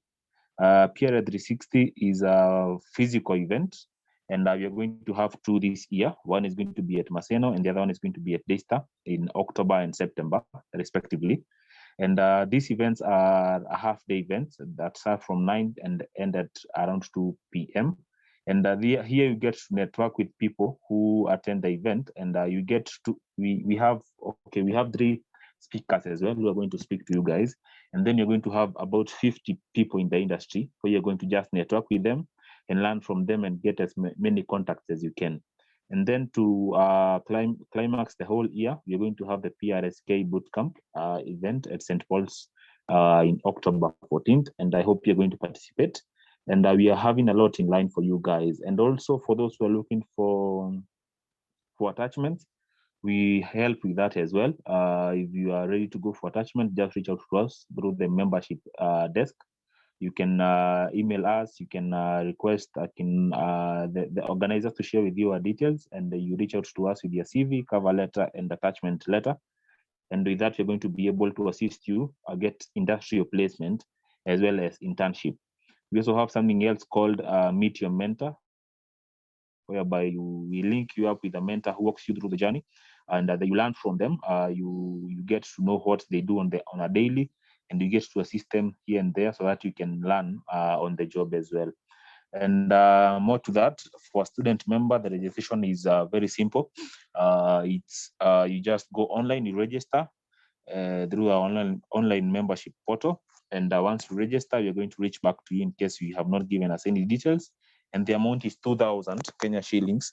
But we were at MMU last week, and we are giving you guys an offer until end of this week, and you're going to be joining at half the price. So take advantage of this of the discount. Reach out to the 3C Club president or any member of the club, and they'll give you details. And also you can reach out to us. We are going to assist you. And without further ado, thank you very much for organizing this. It's well called for, cause and purposeful as well, because we need to take care of ourselves. Because when your mind is not in the right state, even you as a person, you can't be in the right state. So let's keep on being champions of of mental health. And as PR, maybe to just touch on PR helps majorly, can help majorly in the campaigns and the messaging to make people be more aware of this.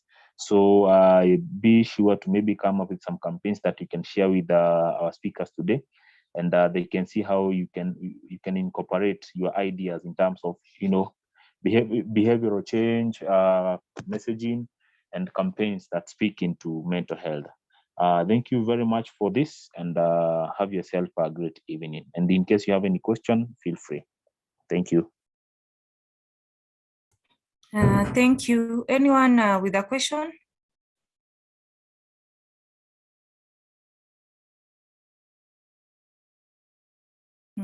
If there's no question, as you've had, you can always reach out to them in case you want to register or in case you want to attend any of their lined up events, because it's very important to us now that we are almost graduating from school. They can be able to help us settle in into our careers for the future. I've shared thank an you so email much on the chat, so you can check the email in the chat. I'm also sending my number there. Okay, no problem. Thank you for your time. Lastly, I would love to acknowledge two of our lecturers, Madam Nancy Luosi and Dr. Margaret Mtange. If you don't mind, Madam Nancy Luosi, you can say a few words before we finish up.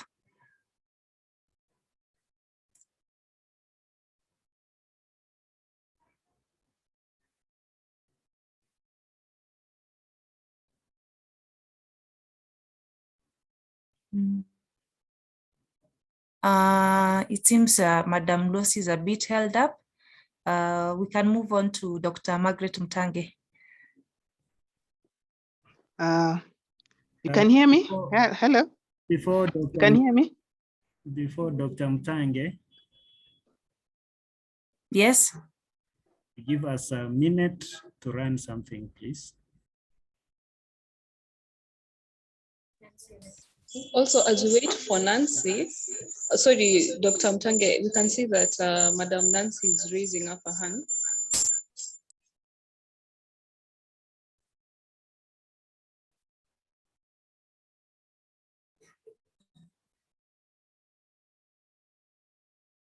Oh, Madam Nancy is requesting to be unmute. Elijah, can you assist in that?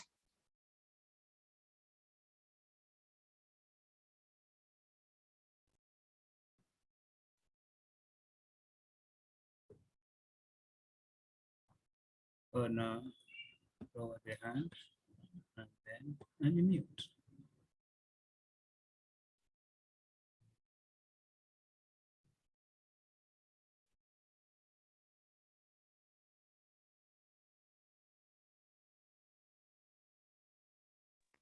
While she's unmuting, I think also you have Madam Barbara on. You can hear me?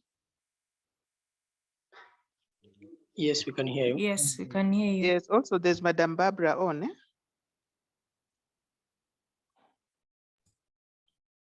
Okay.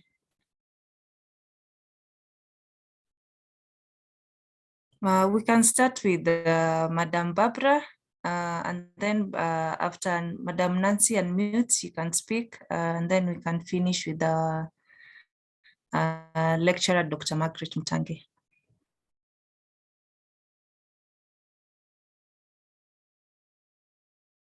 Madam Barbara, if you don't mind, kindly say a few words.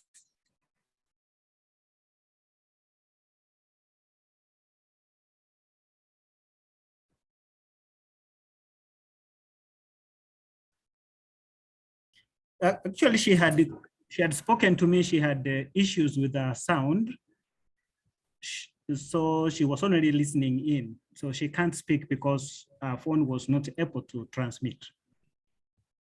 Oh, okay, no problem. Madam Nancy, are you able to speak now? Madam Nancy, you can only unmute yourself.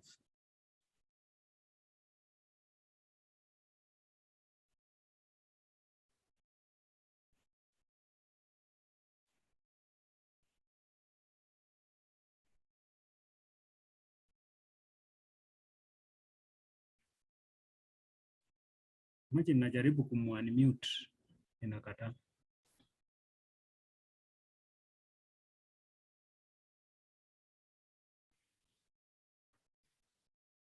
Okay.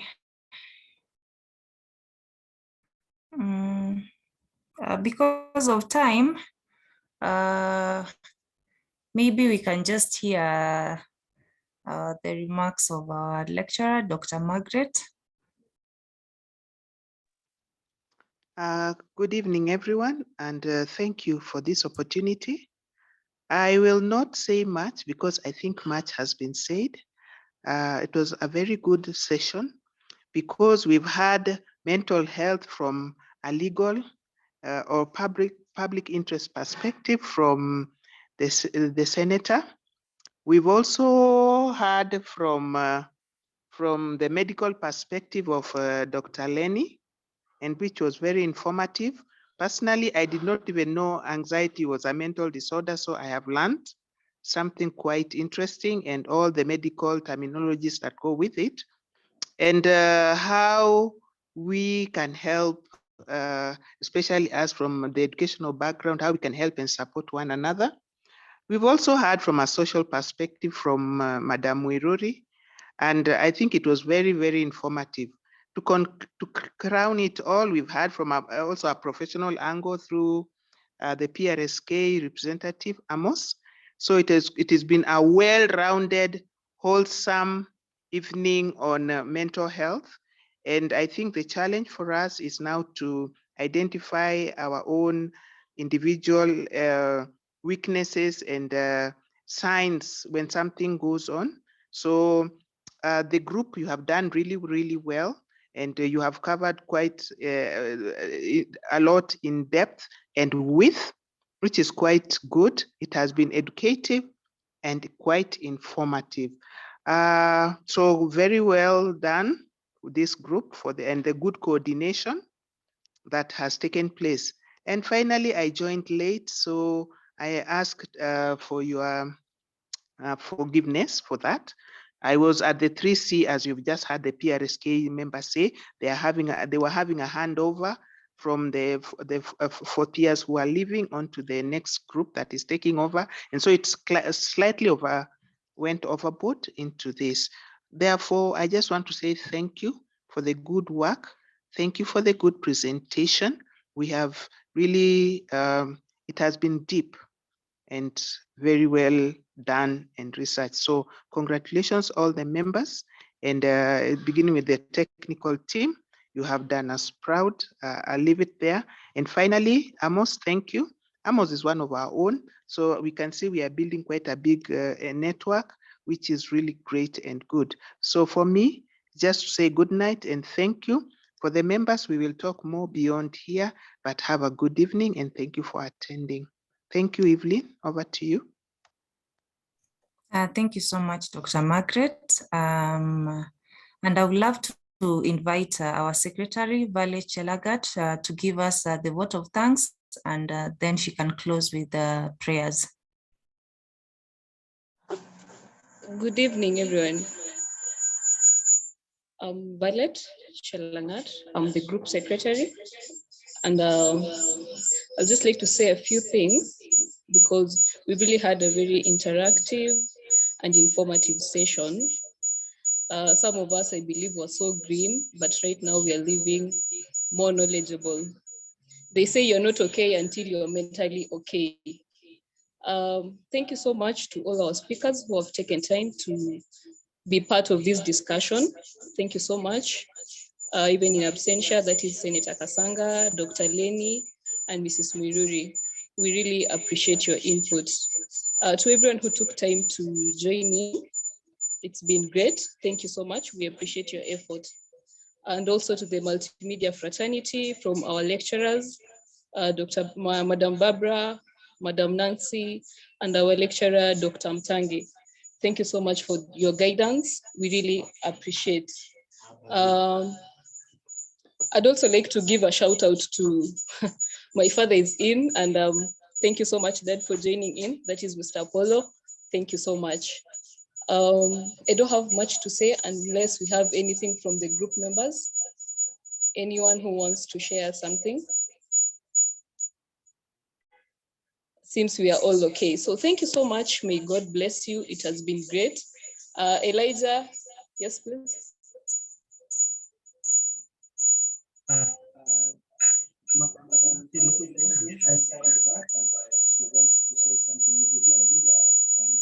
It's okay, Madam Nancy.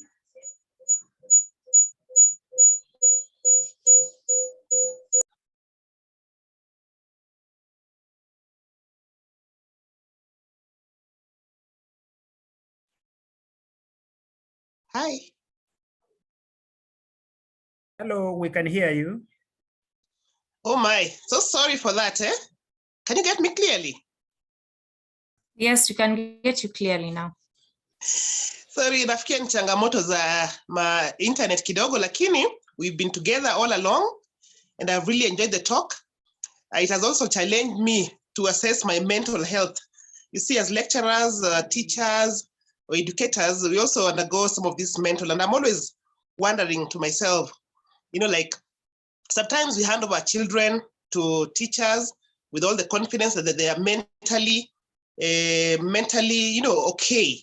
And sometimes we see them being beaten up or maybe being crushed, their egos being crushed, their self-confidence being, you know, really being crushed. And then we wonder, are they mentally challenged? Are we as educators giving the children all our best?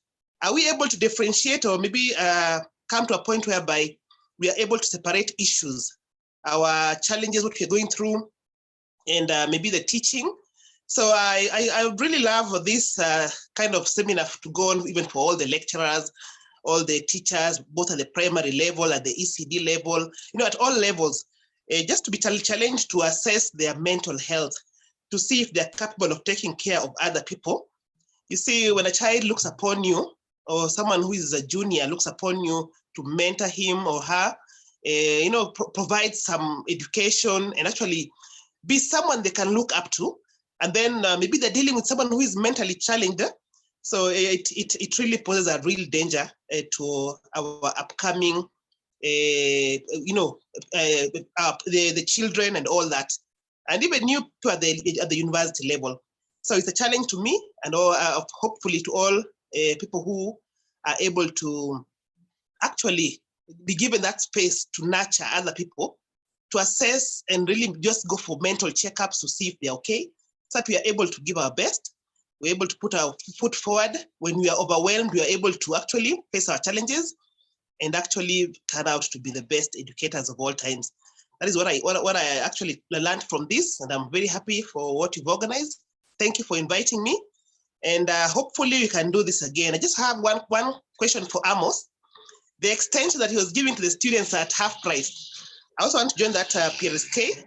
Are they also extending it to the lecturers or only the students? Yeah, thank you so much for your time.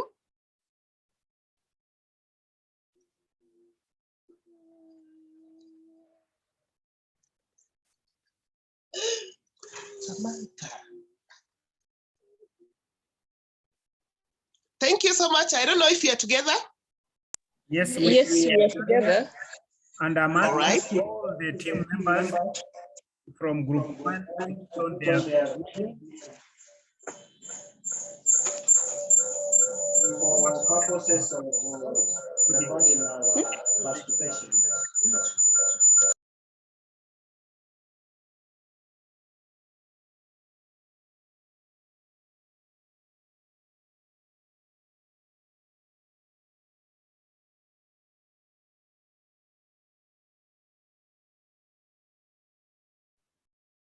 Thank you very much.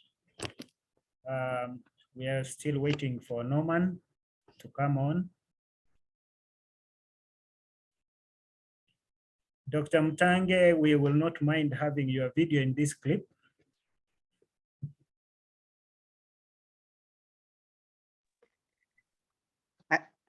I have been using my phone. I do not know if I'll be able to do it. Because you can see me? Yes. Norman, thank you. All right, thank you very much. I hand over to Evelyn.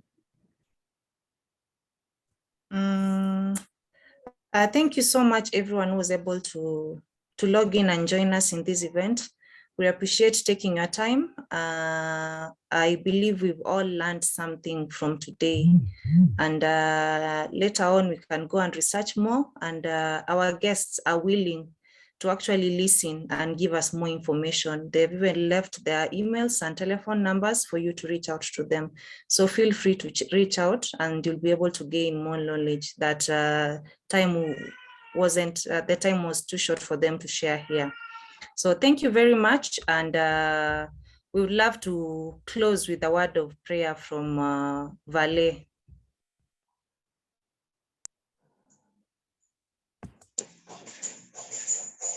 Let us bow our heads for a word of prayer. Gracious and Heavenly Father, we thank you for this session that has been a success. We pray for guidance that even going forward, we are going to handle our mental health in the right way. Thank you so much for all our guests, everyone who joined in. May God, we pray that you may bless them and lift them to higher purposes in life, oh God. Thank you so much. We do pray this prayer, trusting and believing in Jesus' name. Amen. Amen. Amen. Thank you very much again, and good night. Thank you.